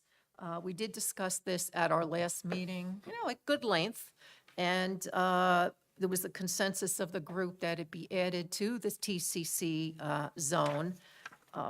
Mr. Porro is here with us today, and we have a suggestion of where we can put it and how we'll get this done. Yes, we've discussed this, and the TCC zone, I think it's number 8, talks about bowling alleys and sports centers being permitted. We would merely take that section and say bowling alleys, comma, sports centers, and fitness centers. So we would add to the TCC zone under paragraph, section number 8, adding fitness there, and I can do a resolution in support of that for your next meeting. Okay, and while you're doing that, the only other thing is for sports centers, we really don't have a definition, so that should be added to, I think it's under general provisions or somewhere where they have all the definitions. We need to provide one for sports centers. Do you have a definition for a fitness center? Yes. All right, so why don't we just take out sports center and just say bowling alleys and fitness centers? All right, I think that's easier for this purpose, but we still, when we go back and look at ordinances again, we will have to provide something, a definition for sports centers, because that's left hanging and comes up every now and then. Okay. Is Are we that gonna put a limit on the size of this fitness center? I mean, what if LA Fitness comes in with a 80,000-foot building? Is that a bad thing? I don't know. I don't know. Can the planner weigh in? Because One place where you do get the limit is with the parking lot, the parking space. Yeah, So you couldn't put an LA Fitness on Main Street because the parking of those buildings won't support it. You may want to put one up by the post office, and you may want to put one up and up by the theater. I don't know. Well, I made the But- example last time of if CVS said, we're leaving, and that's a big area with lots of parking. That may be the one and only place it could go, but everywhere else is Yeah. limited by parking. Yeah. And it'd be better than having an empty building. Right. Yes. RJ Mars. But we would have to kind of figure out all of the tenants in that area of theater center to make sure that there's adequate parking. So we'd have to break it down based on Exactly. current tenant and the use of the building. That shopping center has 3 different owners, so it depends on the sections of buildings. But it's all 81 goes to the whole thing, so we'd have They to all look have at it as a sections of whole. parking lot that they own. Oh, yeah, I see what you're saying. Is yeah. there a place, is there somewhere where we can see what a property is allocated in terms of parking spots allocated to a particular property? They didn't do it back then. So, yeah, it's something that if they want it, then they would have to be Well, what if it was done? providing that. What if they had tenants in there within the last 10 years? What do you mean? So there's a property, for example, on Main Street, and I know that it's changing, it will be changing owners at some point. Oh, so if a property's changing owners at some point, there's no way to find out how many parking spots are allocated to that particular property? Oh, yeah. It's a if commercial it's a property. freestanding property, and Yeah. it depends on the use, there are parking standards that get applied. Right, And they but- come in and they tell us how many they have, and we look at it. If it's multi-tenant, sometimes if you're changing the use, then the standards change. Yeah, no, all I All right, need so I to, think what you're saying is, let's say I'm looking to buy that property. right, I would go to town hall, ask for the certificate of occupancy to see what the CO. the load of the building would be. Right. You'd also research whether OPRA, Open Public Records Yeah. Act, are there any resolutions of approval? What was the site plan approval? What was the layout of the lot? Okay, so just an Oprah then. Oprah should give you that information, and that's what the board engineer was saying on the other application, a compliance hearing. You have these approvals, but you want to make sure that's the as-built plan. If you had the as-built plan at that particular property, that's very helpful. Okay. Now, what you're doing now in a lot of the applications, which is positive, is you have multiple tenants. The tenant comes in and you say, all right, how is the parking being allocated? Are you taking all, are there assigned parking spaces? Those are all fair questions of the board on the public health, safety, and welfare. But again, remember, if it's a permitted use, you can't deny the permitted use if the site is already built out. You can talk about allocations, you can talk about practical, restriping the lot, making it safer, assigning particular parking spaces, but you have to be reasonable with regard to what the existing structure is. And one point, if I could, and, maybe I'm going a level deeper than I should, but, when I look at the Town Center Master Plan Amendment that uses words under the professional and business commercial category, to permit health and indoor athletic facilities. So I think it's already there. I think the clarification is good. I guess where I'm trying to draw a difference is this is not new. We're clarifying it. Got it. And just for the record, I'm going to read the definition of a fitness studio. Shall mean indoor fitness business with services limited solely to offering instructor or coach-led fitness or recreation classes, which may include activities such as karate and martial arts, wrestling, yoga, Zumba, private skill, and sports lessons and similar. This does not include tournaments, competition, demonstrations, or events with anticipated spectators. And that last line of what it does not include, to me, almost sounds like the definition of a sports center. Good. I agree with that, but the one thing, to just, again, keep it in mind is the definition you just read was created in 2023 as part of a parking ordinance standard for the economic development zone. So to say, because it wasn't here when they wrote this, No, doesn't, that's okay. not what I'm saying. Okay. I'm saying if we take that last sentence, which says, this shall not include tournaments, competitions, demonstrations, yeah. or events with anticipated spectators, we can use that last sentence for a separate definition For for sports sports centers. In that definition, does it include gyms where, because it says classes with instructors, but it never really says anything about a gym where someone can just go in with a membership and Like work an out. LA Fitness, that's not Yeah. an instructor-led gym. Yeah. That's So that piece is kind of missing. If you look at the parking ordinance we did in 2023, there were 3 definitions. One was for a small fitness studio. One was for the type of things we're talking about now. And the other one was for like a big field house type thing. So Then probably, maybe we need to break it out into 3 things. yeah, I mean, the definitions are there in that ordinance. I can get you the ordinance number. I don't have it off the top of my head, but we spent probably months going back and forth on this one. I didn't think there was anything for sports centers. Keep talking and I'll find it. Well, I'll find it later. Yeah, why don't I'll take a look at that Okay. when I'm doing I can very easily make the recommendation for the next meeting with regard to fitness center.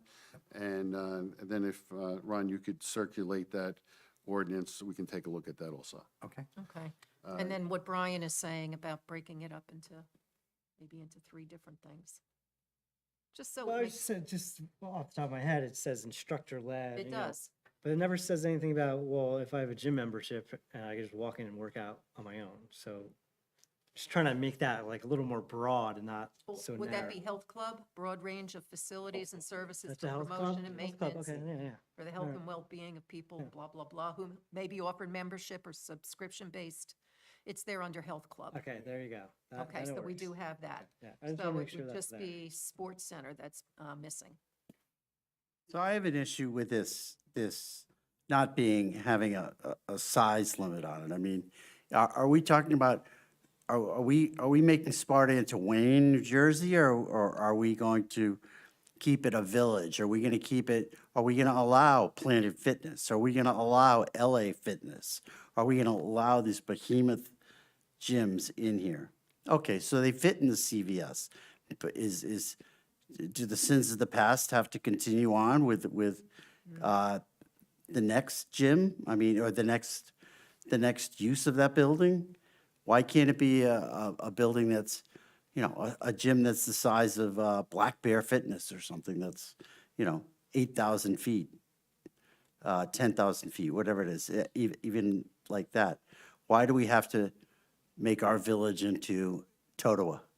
So I have a problem with, I think the uses are not the uses that they were, right? We have bigger things. And so I guess I'm wondering from the planner and from the lawyer, is there an easy way to keep the uses broad enough, but maintain controls on size? Because I think ultimately we're not trying to create this whole Byzantine structure that we have to make applicants jump through.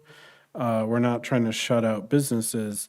We're just trying to make common sense guardrails to ensure the community fabric is preserved, right? Mark, would you agree? And can we do that by defining size or somehow putting in a little hook to control intensity in a zone? Like, that's ultimately what we're trying to do, right? We're saying we know a gym, a normal gym is this, but we want to make sure that we're protected against a future mega gym. So you put one category under permitted use and that other category, under the, Square footage size. yeah, well, or the, Well, I don't want to get ahead of the minor site plan Like stuff, but standards, there's a design size standards. aspect. get size standards, but you can always say that it's a.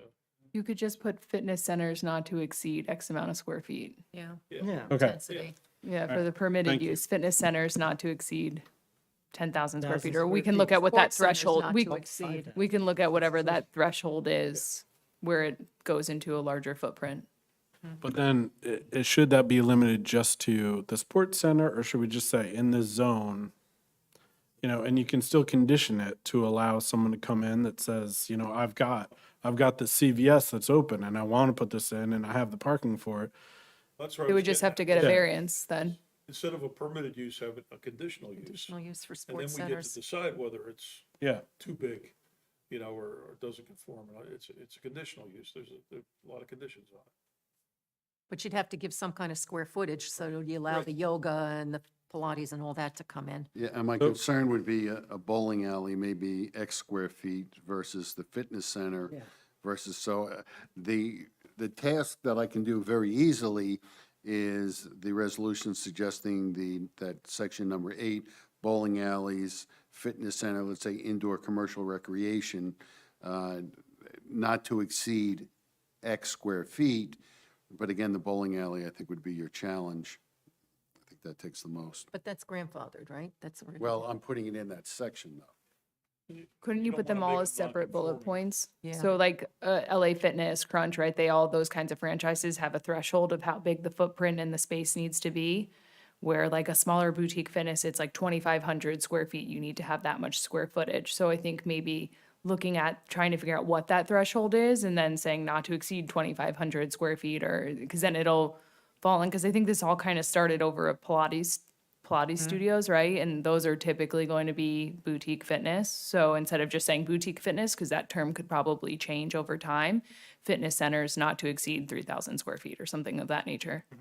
How big is the CVS? And then if somebody comes in with something bigger than that, Over 5,000 they'll square require a feet. variance and they'll have to come and explain it, and then Then they potentially the subdivide. variance could be granted. All right, so Brian's just saying, do we say not to exceed 5,000 square feet?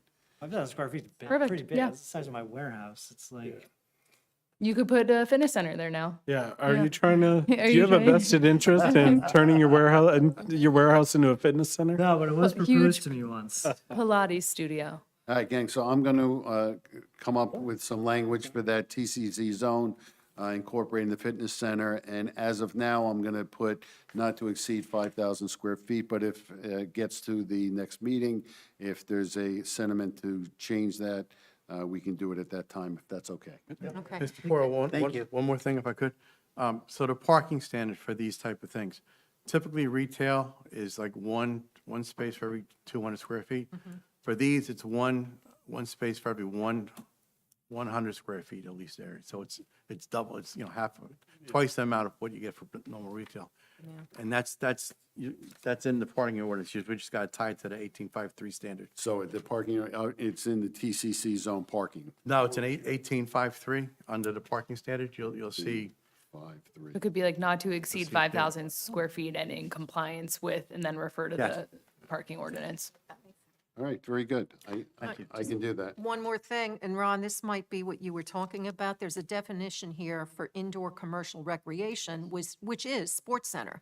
It says shall mean privately owned and operated indoor recreational facilities functioning within a building as a business. This use includes facilities accommodating training and the playing of indoor sports that are conducted within an indoor gymnasium, court, rink, field, or in a pool. This may include showers or spectators in a gathering area limited to an occupancy for more than 50 spectators. So maybe we just combine that. Can you explain the privately owned aspect of that? Can I? Well, no, planner or Okay, lawyer. It's almost 9. We have a gentleman in the audience on Stop and Shop. Yeah, we're going to So switch to I know what that. I have to do on this, and I'll You get, said we could work on it. right? Yes, Yeah, I'll get so something to let's do that. Yeah, so let's split. We didn't realize at first you were back there for this. very quiet, So- you were behaving. So let's go, we'll go back to our things. Let's go to the, Stop and Shop. under resolutions, Resolution 2025-12 amended, Planning Board Application 25-728, Stop and Shop. Counselor, just introduce yourself, please. I'm AJ Morgenstern. I'm appearing on behalf of Stop and Shop this evening. I'm sure you guys have the amended resolution before you. I'm sure you know the history from Ken. If you want me to explain any of it, If I'm you happy can to. quickly. Yeah, so we had a witness testify as to the lighting, the monument sign specifically. And it's actually a very unique circumstance where we have a situation where the applicant did nothing and the board is getting exactly what they had asked for. I believe Mr. Otto had made a comment at the time that he wished the lighting for monument sign 1 and 2 would be downlighting.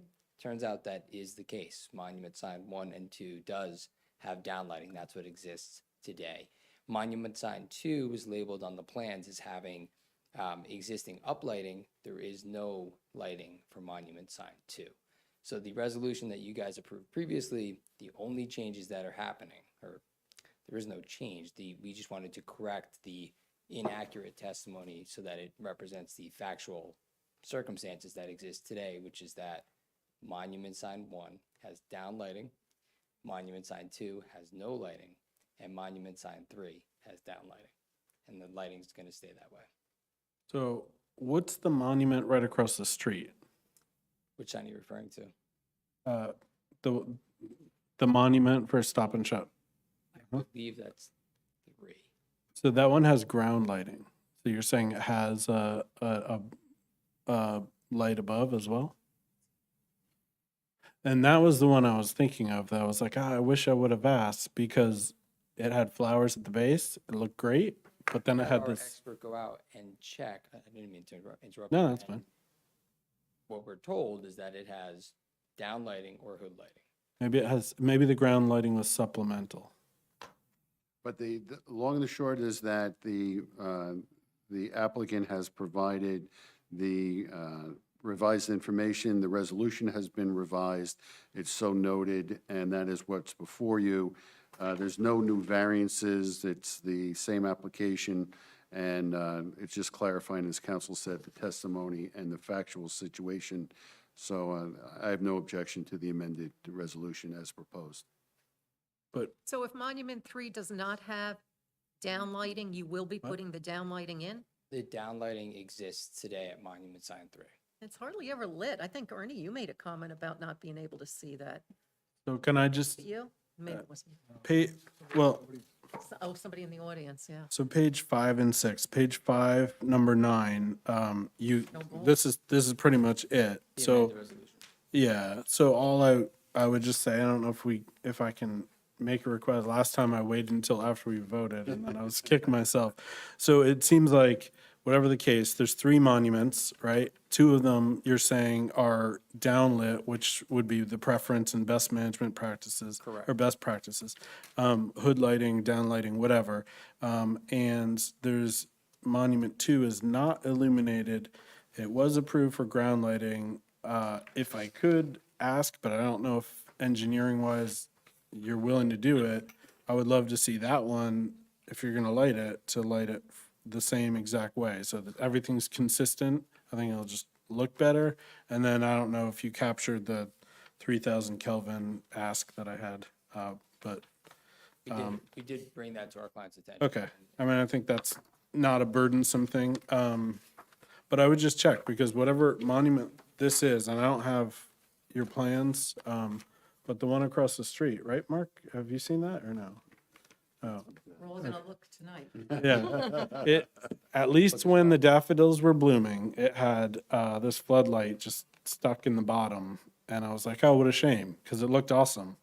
It had the plantings and everything, but then there's this big black floodlight in the bottom.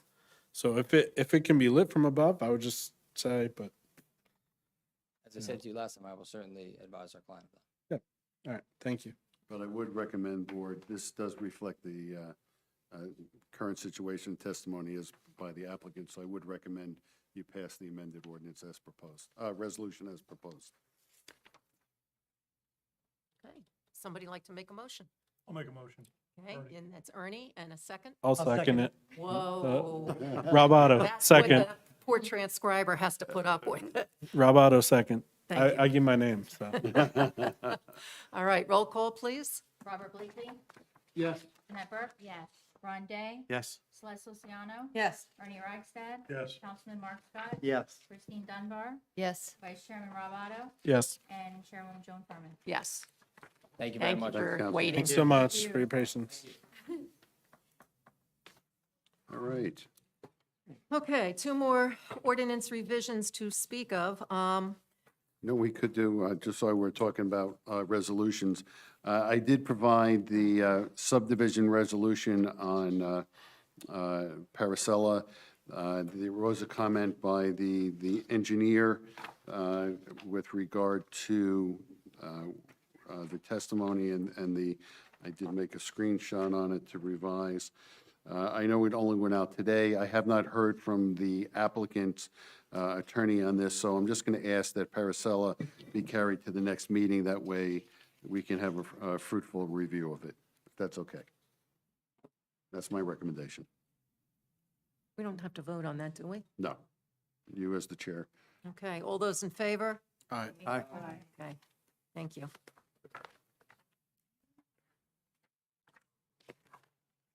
Okay. Back to the resolutions. Last time, we also spoke, at length about the minor site plan subcommittee and many of the comments that were made that we felt were unjustified against the minor site plan subcommittee. And we've just been looking to really organize the process a little bit better. So one of the first things we did, as mentioned before, is we put a new application together, and that is being used now, so hopefully that will be fruitful. We also took all the design standards, which are all over the place, reorganized them, and now when an applicant comes in, if they're in a particular zone, they get a sheet and it says, if you're in this zone, you do design standards and you do also something else related to that zone, which may be, as I said, in different ordinances. So now they know where to go. So that starts to improve the process. The next kind of improvement we wanted to make. We did that use improvement too. The what? We just did the use dealing with the What we're sports talking about, so you can have stuff. those. Yeah. Yep, because that kept coming up. Right, we did have an issue with different use, so now we just addressed that we'll be proposing an ordinance to town council on that. And the last thing that well, maybe not the last, but we wanted to amend the ordinance for a couple of reasons. We needed to clarify some of the things that we are getting, one of which was just told to us by town council that we should be looking at everything in the ED zone. Well, we felt uncomfortable with that because we discussed this last time with all of the 87 different hazardous chemicals, et cetera. So we did apply a intensity of use clause in here for 25,000 square feet. So, you know, and we'll go through this, but that was one of the things that we wanted to look at, things we would look at if it's under 25,000 square feet, does not involve hazardous materials. Because we've been getting, people just fill out applications and it comes to us, and the last couple applications we've been getting, we say, wait a minute, we can't approve this. This doesn't belong here. One that just came in was for a concrete pad, 15 feet by 13 feet in the ED zone. Well, that's changing impervious coverage, and that's really outside the scope of the minor site plan subcommittee, which would just be looking at minor alterations to the exteriors of existing conforming non-residential building structures. So that's way beyond. And so we just want to make it clear what we're going to be looking at, what we're not going to be looking at. And the other piece was application procedure. Last time, we brought forth a resolution for the zoning office to help look at some of the applications. And it turned out that, well, that resolution wasn't passed. And it kind of got into limbo. So we're still sitting here, and the way we want to move it along is by incorporating that into this resolution as well. So if you have it in front of you, nothing changes in the first paragraph from the existing resolution. Nothing well, there's one change in the number 1 where it talks about committee composition. It originally said that it had to be at least the mayor or council member of the planning board. We're adding mayor or mayor's designee, which is the way it has been in practice. So Rob Bleakley is serving as the mayor's designee on the subcommittee this year. I served as it last year. So we're just making it clear in the ordinance. The next thing here is how the application will be processed. So this is the big change. Applicants must first obtain what we're terming a certificate of zoning from the zoning office that confirms that the zoning district in which the property is located. So we want to make sure if they're saying that it is in the TCC zone or the whatever zone it is, that it is accurate, that the approved uses of the land are accurate, and if there are any restrictions or variances that may apply. The approved certificate must be attached to a fully completed minor site plan application prior to the acceptance of the application by the subcommittee. The applicant is responsible for submitting all prior site plans, resolutions, or other documentation that may assist in rendering a decision in a prompt manner. Because many times we have to turn it back, or there's, not a resolution that's attached, the applicant doesn't know where it is. But these are some of the things that are holding up the process, and we're getting all kinds of comments from the business community. So if this is done, we'll accept it after everything is complete. And it will have a preliminary review by the zoning office. I've attached a certificate of zoning draft for all of you to look at. Mr. Poro's already looked at it. Yes. And Can I just, on 2, can we just make a point that, because to the public hearing that, or people that are not familiar with the process, it might sound cumbersome, but I just want to put a point in there that the normal practice would be good to go, for the applicant to go to the planning board or the zoning board, right? To have their application heard. They would have to hire professionals at significant cost and present their application, and those professionals would assemble paperwork, variances, prior approvals, et cetera, and they would, put them forth, and then they would be heard by this body or the zoning board. This pathway is actually a benefit to the business community, and I wish that they would see that, because it allows them to avoid that expensive, cumbersome, time-consuming process and be heard by not a quorum of this body, but 4 people. And so what we're asking is to be provided simply with the paperwork and the prior approvals so that we can speedily make a decision that comports with our local code and our local ordinances. So that's all it is. If it takes a lot of time, it's sometimes, as the chair is alluding to, we've spent significant time, the office has spent significant time trying to find prior resolutions, trying to find proofs that things were approved in the past because we weren't provided them. So anyway, I just wanted to say that. Thank you. This actually goes to Jeanette's question earlier. How do I find out? Well, you get an Oprah, you go look at previous certificates of occupancy. So the office can direct them to do that, and it's really up to them to do it and to find it and to come in with a complete application, not an incomplete application. So that's the purpose there. And in the certificate of zoning form, it would just, the zoning officer would sign it and says that just everything that I just read. I confirm the property is located in the zoning district listed above, that the intended use of the application is a permitted use in that zone, that it conforms to the design standards and parking standards in that zone. No variances or waivers are required because we cannot grant variances or waivers, that it's filled out completely. And if, so what happens is sometimes application will come in and say, well, I had a prior variance. I don't meet these standards, but I had a prior variance. We'll provide it, okay? That's what they have to do. And that's the only time they really have to do it, is if there's some kind of waiver associated with it. And the last one is they're alleging that, you know, the rights are not grandfathered rights. Okay, and maybe Ken, you can speak a little more to that one. Yeah, this one I'm going to work, this is my language and I'm reading it, and I do want to revise it to make it a little friendlier. So let's say, for example, someone says they go to a Realtor and they say this house has been a 3-family for 30 years, I pay taxes on it, and I want to sell it as a 3-family, but it's in a 2-family zone, or it's in a 1-family zone.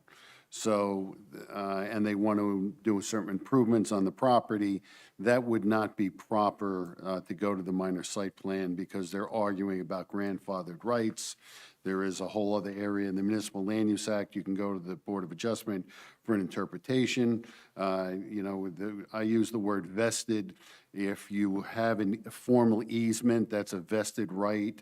If you have a use that is not necessarily memorialized, that's known as a grandfathered rights, and grandfathered rights are on the applicant. So I'm going to work a little more for the next meeting on that last paragraph. But that's the theme here. You're not seeking a variance, a waiver, and you're not arguing I'm grandfathered to some use that is contrary to the existing zone.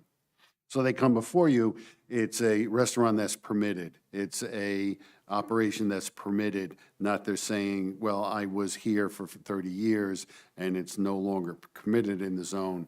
That's something that is not really the minor site plan committee.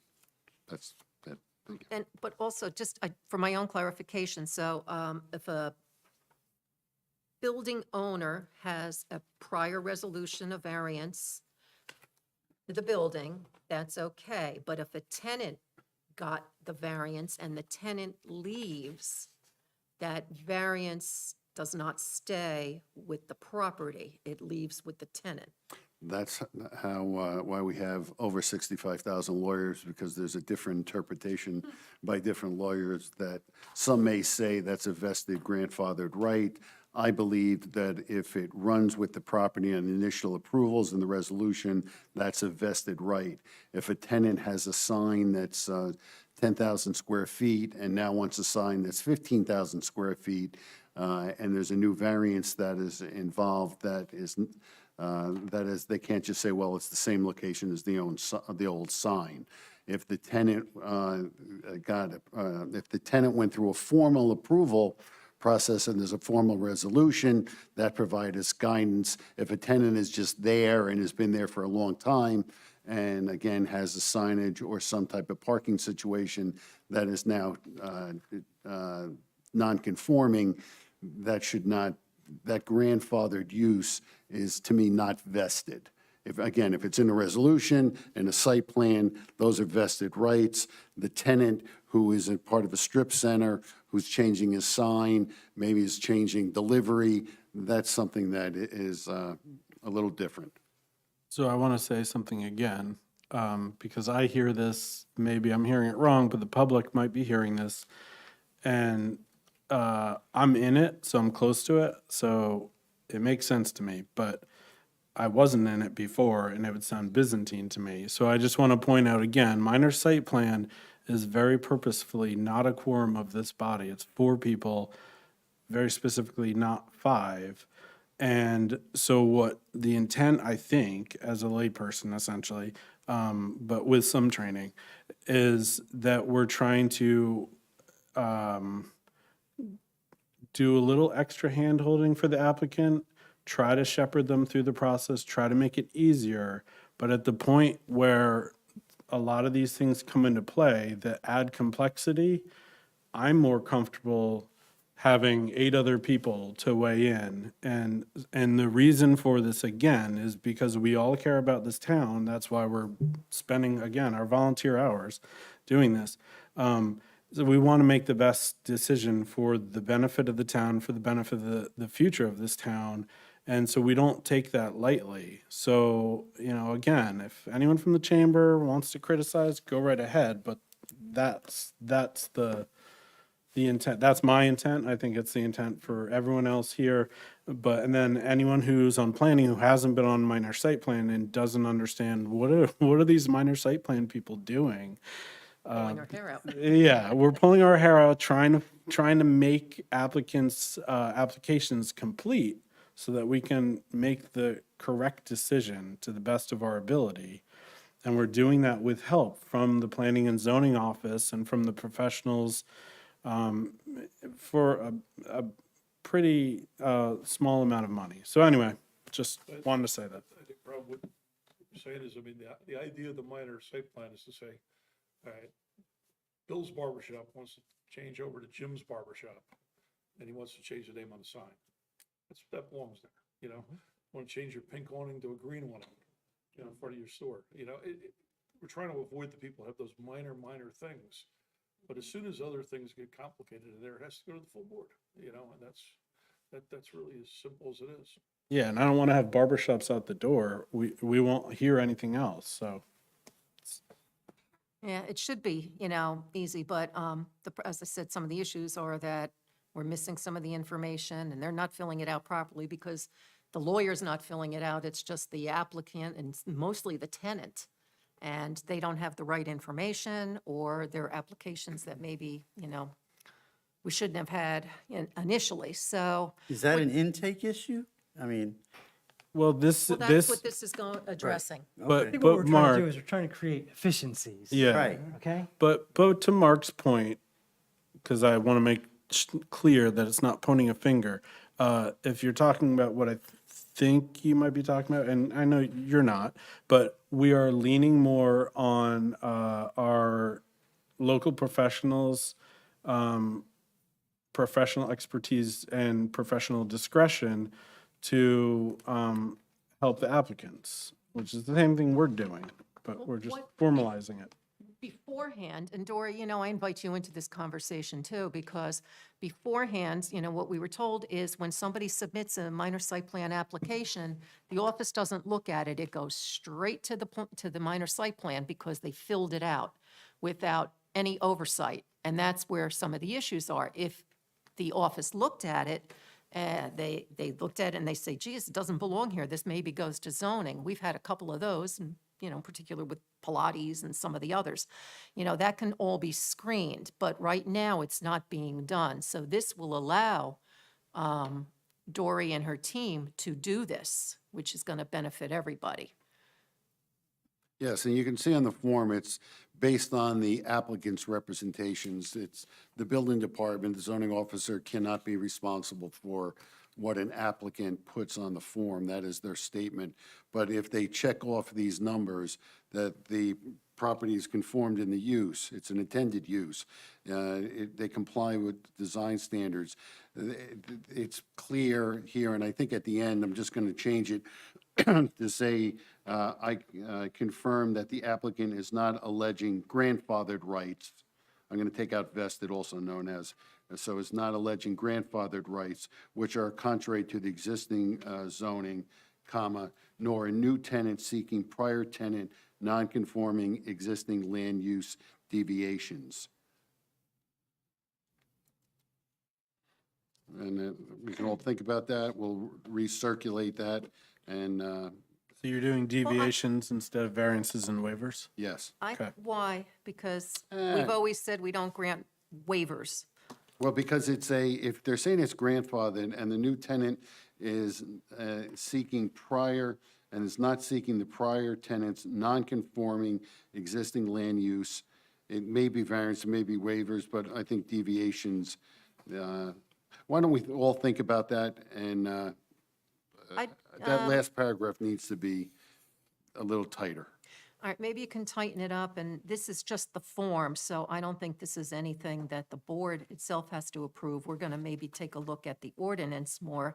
Good. Just so we can send this on, because quite frankly, I mentioned to the mayor, the town attorney, and Mr. Zepp that we were considering suspending the minor site plan subcommittee until we make some of these fixes, because it just keeps coming at us and coming at us and coming at us.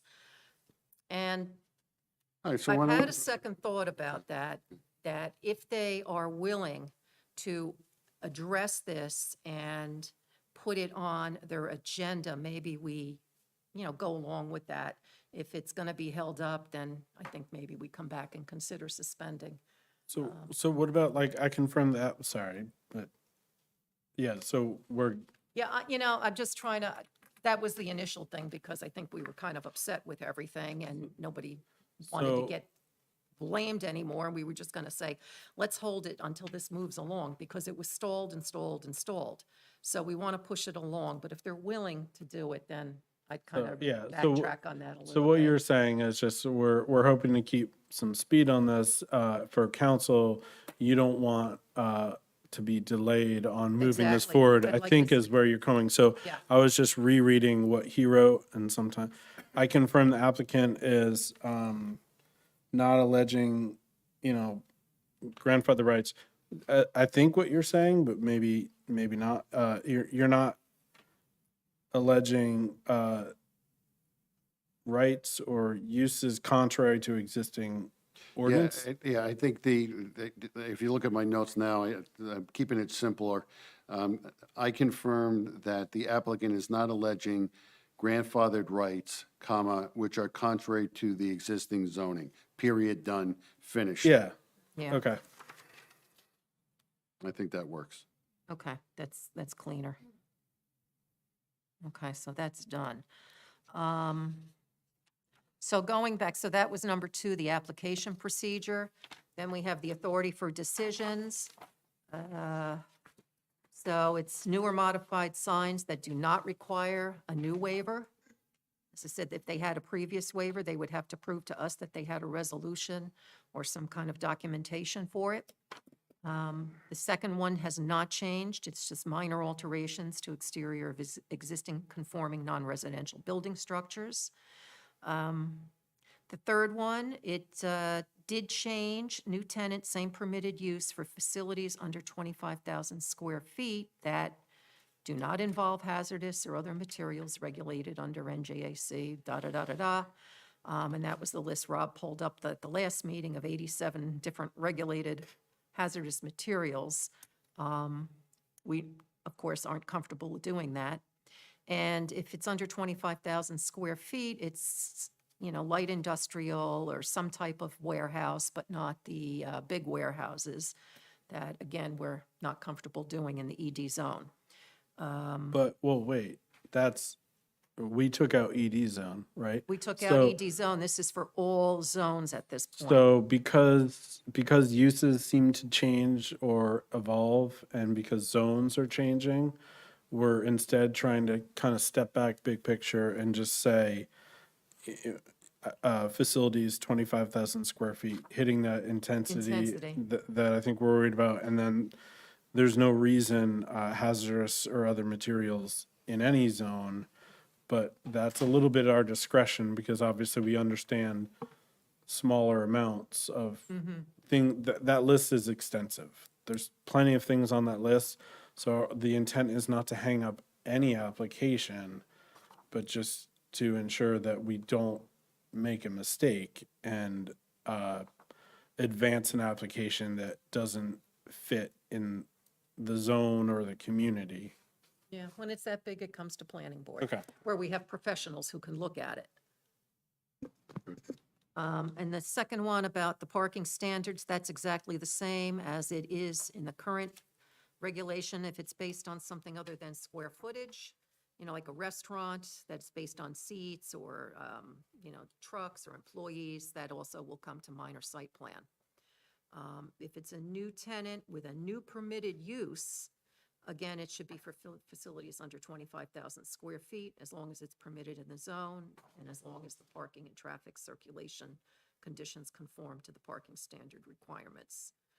So, there are not big changes, but they're changes that really clarify it. But the application procedure is going to, I think, make a huge difference in the efficiency. So we would like to propose this to the town council for consideration for introduction of an ordinance. But Joan, sorry, I saw something in the last bullet. Yeah. New tenant, new permitted use. Yeah. And we have the hook for the facility size. Is there a way for us to put your last bullet in the upper bullet with new tenant, same permitted use? I mean, you had, One is same permitted use and one is a new permitted right, use. but if a new permitted use has hazardous or other materials, if a new permitted use has parking standards that are, yeah, Wants to incorporate both Okay, okay. same conditions. I don't know if it's possible. Just change it to new tenant, same permitted use, and new tenant, new permitted use. Right, Okay, okay? all right. Good. That makes sense. Okay, I can change that easily. I got a couple, when you're done, let you finish. I got a couple things I just want to throw out there. You're on. Okay. When I look at this, there's two things going on to me. The first is that we're trying to make sure that when the minor site plan subcommittee gets an application, it's been pre-vetted to make, so we think the data is there, and I think that's a good thing. And that, and that's what this certificate will help do. Then the other thing is, it sounds like we're trying to put more applications into the minor site plan subcommittee than are there now, which I'm not sure is a good thing. And the reason I say that is, at least right now, is I think it's perceived right now that we're having trouble handling what we have. And so we're going to put more. I'll give you an example. So the way the ordinance works now in the ED zone, this is one of the things that's changed, is any new tenant in the ED zone has to go to the full board. Well, they don't interpret it that way. That's how we always interpreted it, Who doesn't interpret that way? town council. Okay, so we get to interpret our way, they Yeah, get to we- interpret that way. So let's have the discussion, recognize that there's that difference. Okay, I think the way we've interpreted it as a board yes. up to now is that any new tenant has to, in that zone, has to go to the full board. And the reasons for that was there was, a lot of past history that says, and that provision's been in there for a long time. But the history is related to, it's a sensitive area, the ED zone, because of the aquifer and everything there. So we want to make sure that something doesn't get in there accidentally, which is why it came to the full board, which is not just us, but our professionals as well. So it was kind of a, putting up guardrails that says something doesn't slip in automatically.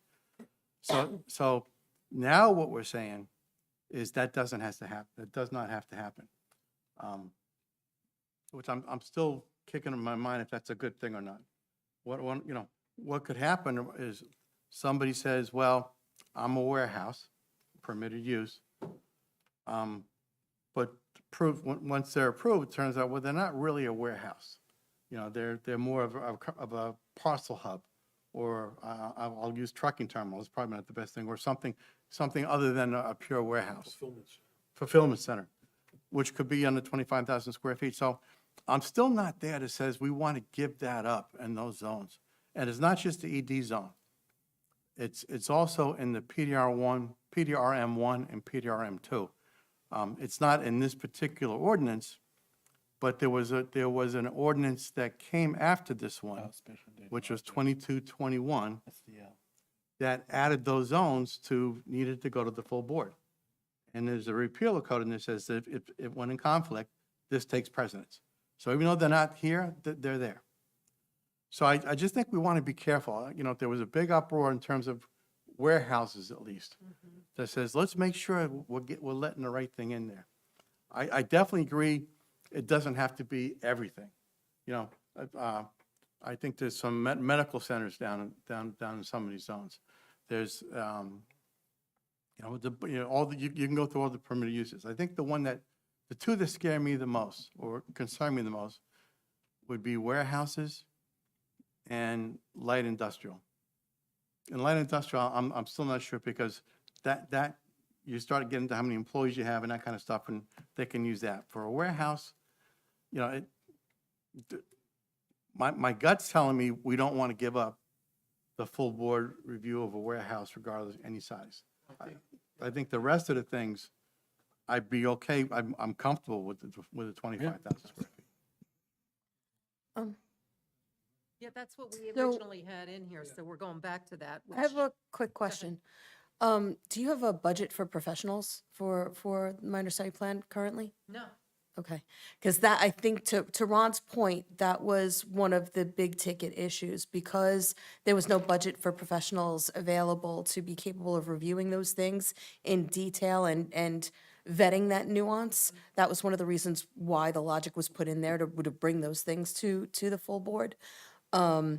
I mean, I guess it would be different if things were capable of changing and budget was available to minor site plan, so that that type of review could happen on a smaller scale. But that was one of the points of logic, to Ron's point. And we were operating that way, and we were not looking at anything in the ED zone until I hate to say town council, but I guess it was the attorney for town council, said, no, that's not what the ordinance says. You have to be looking at ED zone, and we are not comfortable with that. Well, So if the that's why council we're is, trying if to the do council this. is comfortable providing budget Right. for professionals to be And that's why capable of we doing said, that Well- review. Suspend it, and fix this. Well, sorry. All right, Mark's here, business development, right? So, but I think budget is one thing, but I think also for me, it wouldn't just be budget, because even if we had the budget, then we're kind of confusing the process of the minor site plan. The whole process, the whole beauty of it is that hopeful business owner is looking to put down roots in Sparta, and they have this pathway that they can proceed along. We do have something in here that says that at our discretion, we can send it up to the planning board. I don't disagree with you, Ron, about, warehouses, whatever, but I feel like definitions are so easily twisted. But we get to make our interpretation as a board. And we get to have People our. can disagree with us, Right, but and we we get decide to as a have our- board how we want to interpret. Right, and we get to have our discretion too. So if it were me, I mean, I guess the concern is we are trying to put a system in place that we can pass off to future members. So there's that at play too. But then to Celeste's point, I don't think minor site plan needs to be charging more than $50 for an application. So that's part of the problem. The price is just too low. You roll the dice and maybe minor site plan will fall asleep at the wheel and approve this thing. But it needs to be a little bit more realistic with the amount of time spent on it. But if we go to an escrow type thing, at that point, I'd feel like this needs to be heard by the full board. If it's reached that threshold that we need to engage professionals, full board. I All right, agree. so if I could, because it's 10 to 10 now, if we were to use the idea that the planner had before, is the 25,000 square feet, if we reduce that, Ron, does that, let's say we say 10,000 square feet, does that help on your concern on the warehouse? Not really, and I think that won't buy us a lot. The reason that I think 25,000 square feet probably makes sense in my mind is when I looked at the buildings on Wilson Drive and Gale Court and those buildings, they're all roughly, usually 15 to 20,000 feet. There might be one or two that are larger than 25,000. So that, listen, anyone that wants to go into those as a new tenant, we're okay. Okay. But the concern is really warehouses. And let me give you one more reason why, and I know it's late, but it's important to me. One of the things we did in the 22-21 ordinance to make sure that when someone calls it a warehouse, we agree, is we put in some required impact statements. Traffic study, traffic study, environmental concerns that are mandatory for any warehouse, because that's the kind of data that's going to help us determine, is this what they're really saying it is? Without that, you're taking someone's word. And I just, the warehouse is scaring me. So I'm okay with letting down the guardrails on maybe things other than warehouses, and I'm still kicking around industrial, light industrial uses, and I could probably back off on that one, but you all have to decide what's right for you. I'm not trying to tell you. Then why don't we But just? the warehouses, So to just me, add that as a bullet. Yeah, that's what I was just going to say. So new tenant, same permitted use, and new tenant, new permitted use, bullet, that are not warehouse or light industrial facilities, buildings, sites. We just exclude warehouse and light industrial. what's everyone else's thought on that? I mean, I agree with you. that's right. okay. I agree with that one. Because, Ron, I'm okay with that, but I think this came from the business community, which I heard the business community is frustrated. Yeah. If they're trying to do any small changes in the ED zone, then they're automatically pushed onto that more expensive pathway. So I do want to be sensitive to that, but I think we could easily do it with a bullet. Warehouse, light industrial, whatever else you think is being twisted into something that could be concerning now or in the future. Yeah, and doesn't mean we can't change it down the road, but if you want to get something quick, Start slow. let's go slow. And I'm going to ask everyone, go back over the last year or two and look at the warehouse applications that came before this board. And I think every one of those had a good review. And I was glad it came here in the end. Yeah. And I think the public was glad I think that they would say we did a good job there too. So there's always going to be a balance, and we got, so I think if we find a way, number one, get the applications vetted a little bit closer before they come to us, that's going to speed things up. So the business community is going to be happy. If we still protect the concerns of the environmental sensitivities in the ED zone, I think the community is going to be happy. So it's a balancing act to me. All right, what I would recommend then is, rather than a bullet point, I would put number 4, and then put the category MSPS prohibited uses, colon, and then we just put the MSPS shall not hear warehouse or light industrial use matters. Just make it very clear, number 4, it's prohibited use. Okay. Rather than put it as a bullet head, because then it may get confusing on some of the other issues. And under 3, one of the concerns I have there, and it's just hit me, looking at that afternoon a little bit closer, new tenant, same permitted use. So right now, other than the zones that require it to come to the full board, zoning can approve, and I think it's the right answer, any new tenant for a same use as previously approved, because the site plan's not changing. So I think this is saying that now it has to go to the minor site plan subcommittee. Is that what we want? Is that what we want? No. I understand. Here's my question. You got a warehouse, like you said, we don't want to have warehouses go to the minor site plan, but what if you got a warehouse that says, I just want to change the color of the awning on my building? I mean, we shouldn't be making them go to a full board for that. I agree. To the minor site plan. I mean, maybe it's. But, so what we're on the talking lines about of- is a new tenant. Right. Well, when we I'll have that get in the there. exterior changes too. You're right, Ernie. Yeah, I agree so, with I you. mean, like, so maybe saying, existing tenants, that's fine. They can go to the board for minor change, to the minor subcommittee for changes. New tenant has to go to the full board. Maybe that's the way to do it, because, sometimes they just want to change something really small, Yeah. and we don't want to hold them up on that. They want to change the door color, I mean, That's exactly what I think yeah, we're getting pushback on, so I'm glad you said that. Thank you. yeah. And I agree that we don't want that going to the, Yeah, if it's same tenant and they just want, have something minor they Coming want here. done, I we agree. know there's no change, they're gonna give us the change.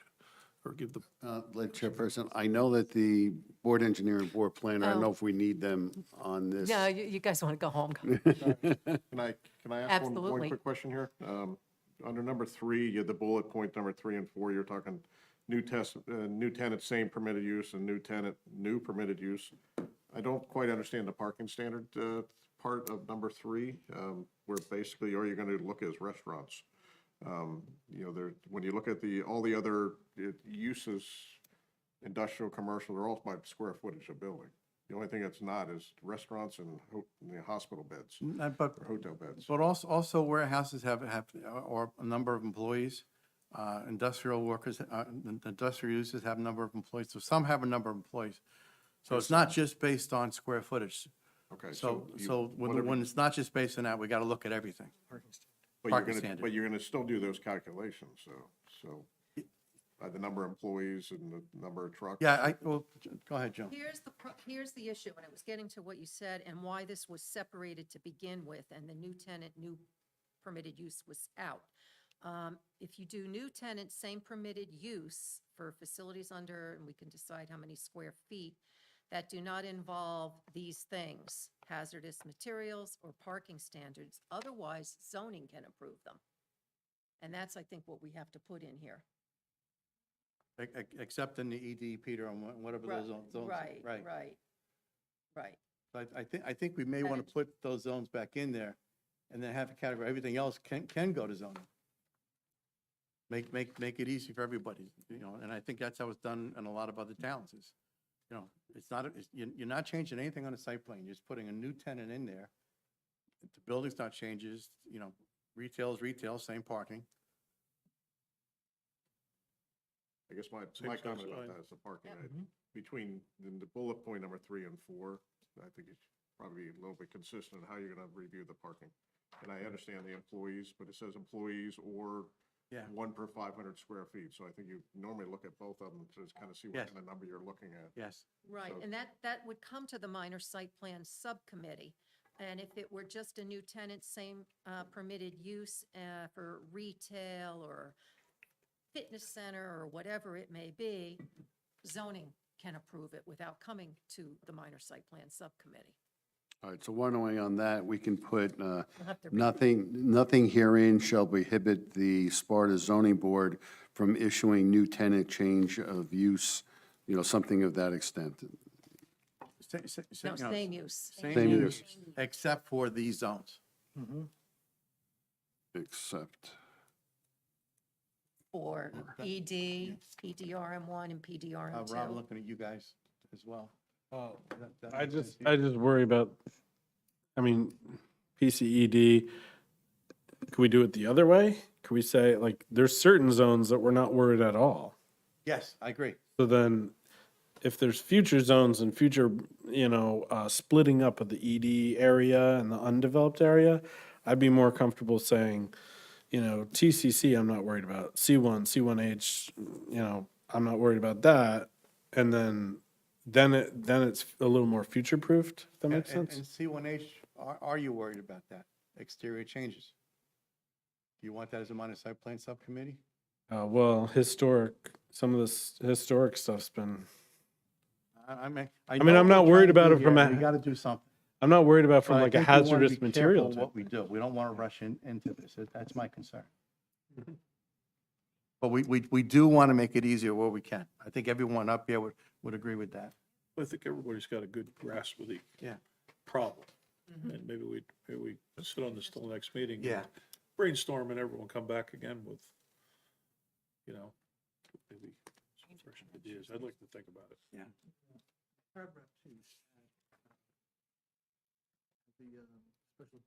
It's being recorded, yeah. Special data logic report included with the spatial data. the spatial data report. SDL. Okay. Have that included with the application that comes to us? But does that go in That would be more in the other, the application thing? Yeah, so, well, yeah, it's actually both. We could do both. Well, I mean, do you want to keep it future-proof? I don't know how, you really want to say. no, I'm SD saying, No, it's Well, that's part, just an attachment. That's not a, yeah, it's part of the application process. So in paragraph 2, you have the, okay.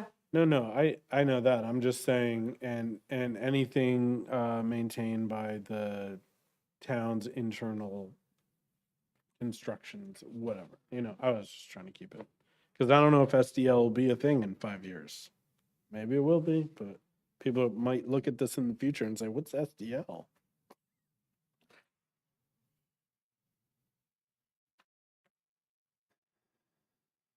I would leave it out. We can just, ask for it. should be automatic every Should time. be. Should be automatic every time. It's helped us so much since we started getting it. Yeah. All right, we'll put it in. Well, and the zoning officer, We can always go back and change it or something. We'll leave it in. All right. All right, I'll kind of rework this, run it through the minor site plan subcommittee and Ken, and shoot it out to all of you again. And good, and I give you guys a lot of credit for doing this because, people are saying it's too hard and we got to find a way to make it easier. And I think you guys have really, Well, took especially a really for- good first bite at the apple. And I think we'll drive something across the line. So Yeah. thank you for doing that. I think the problem, what we're trying to do is stop people that are trying to use the system in the wrong way. Yeah. And what we want to do is make sure that the people that need this to do something really sillily easy. Right. To have this mechanism to do it and not get it bogged down by things that don't belong there, right? In a nutshell. So yeah, well, it's a find a way to do that. yeah, we're trying to keep the honest people honest, but I think we're also trying to guide people in what can be a confusing process, but yeah. I don't think it's as much honest as it is just having a clear knowledge of what the subcommittee can and can't do for you, Yep. I mean, it's, like I said, it's great for the guy that wants to change Bob's barber shop to Jim's barber shop, and, that's a simple one, or change the color of their awning.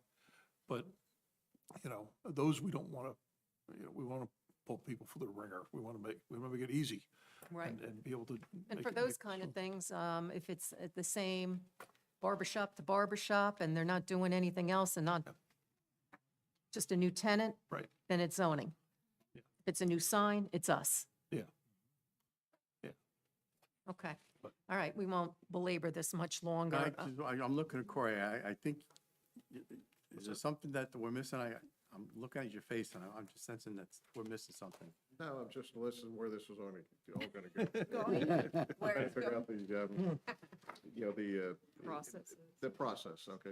This is a little different. Most towns don't even have the minor site plan review. They put it on the zoning officer, zoning review. If they can't interpret it, it goes to the board. Now, I have some towns that, when you get into the part where the zoning officer has questions about the parking or something that they think, then they'll have a provision to put in like an escrow in place, when then they put the escrow in place, and then I become involved on the engineering side and do the review, with the zoning permit, assisting with that. But, That's something we're going to look at down the road, too. that's a different avenue, but, I think there's, and I haven't been involved, with the minor site plan. Normally David, works with, when he's working with Ron. or Count your working with- blessings. Yeah. So I haven't really been, been involved with it, but I see what goes through, through the planning office. And I know they do, a good job on everything they do, I believe, and it's just, it's a process. I know you're trying to help and make it easier, and you're going through the steps. Just want to make sure we got the right guardrails in place where they're needed. Well, when we See, send the it out, parking- My aspect of the parking and how you're calculating, determining this goes and this doesn't, I still think that's a little confusing, just trying to figure out what's going to go and what's not. in the gonna go. multi-tenant buildings, Yeah. it gets confusing. Yeah. We'll rework it, and I'm going to include you as well as Dave on the distribution list, so please provide any comments if there's still. I was gonna say, if the planner has anything, because you're coming from a Yeah, she's zoning going to be on background, it as well. do you have anything to say now, or you want to look at it? I'll look at it. We should, I think, somebody should hear multi-tenant buildings. I think like this may seem like a really simple 'Cause there's usually solution, but even just having like an issues with FAQ page on your website, I'm coming to the Yep. board for this, and like, yes, no, yes, and like just kind of maybe something Like a simple flow that. chart or choose your adventure? Yeah, Yep. if you have time, I do one day a week where I work in office for the city of Summit, and they have like a very extensive website where a lot of information's on there, and I think it's beneficial. They also do pre-application meetings, and I think that also helps quite a bit. But once again, it goes back to what Celeste was saying. That's like an escrow situation, but for those pre-application meetings, there is a fee for it.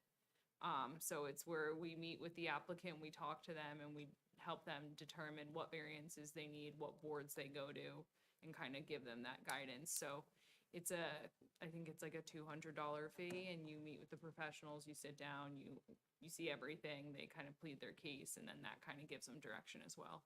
For a minor site plan or just? It's not minor site plan, it's a Oh. pre-application meeting. Yeah. So before they go, they know exactly what they need to do. Yeah, so we're not having people come here 3 times, Yeah. and every time they're paying, their attorneys. Yeah, and you what's know, nice about those that fees too is like rack you up can do it quickly. on Zoom. You don't need to, you don't have to have everyone in one room, because with Zoom, you can send the files and everything, so it makes it a little more accessible as well. All right, we'll do That's that why- down the road. with That's the why I baby wanted to sit steps. down with IT and see if Yeah, there's. baby steps. All right, I know it's getting late, so we'll rework this and circulate it. There are two quick things. One is the C1H zone, and we just wanted to bring it up and get the board's consensus as to whether we should be looking at this now. We brought it up several months ago.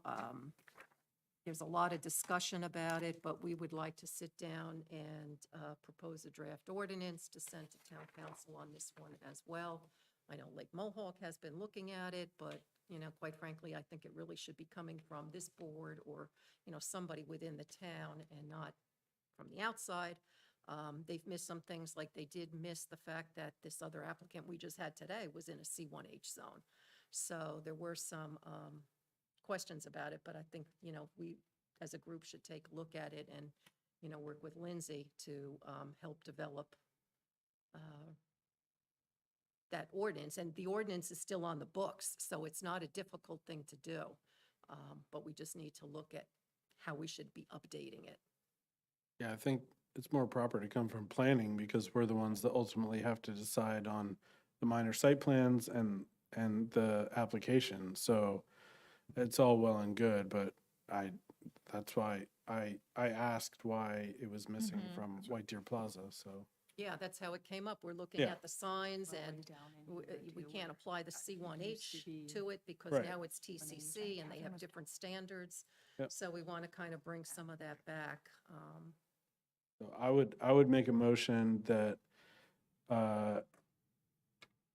that the planning board, starts working on the C1H revision and re-implementation to protect the historic resources of White Deer Plaza and surrounds.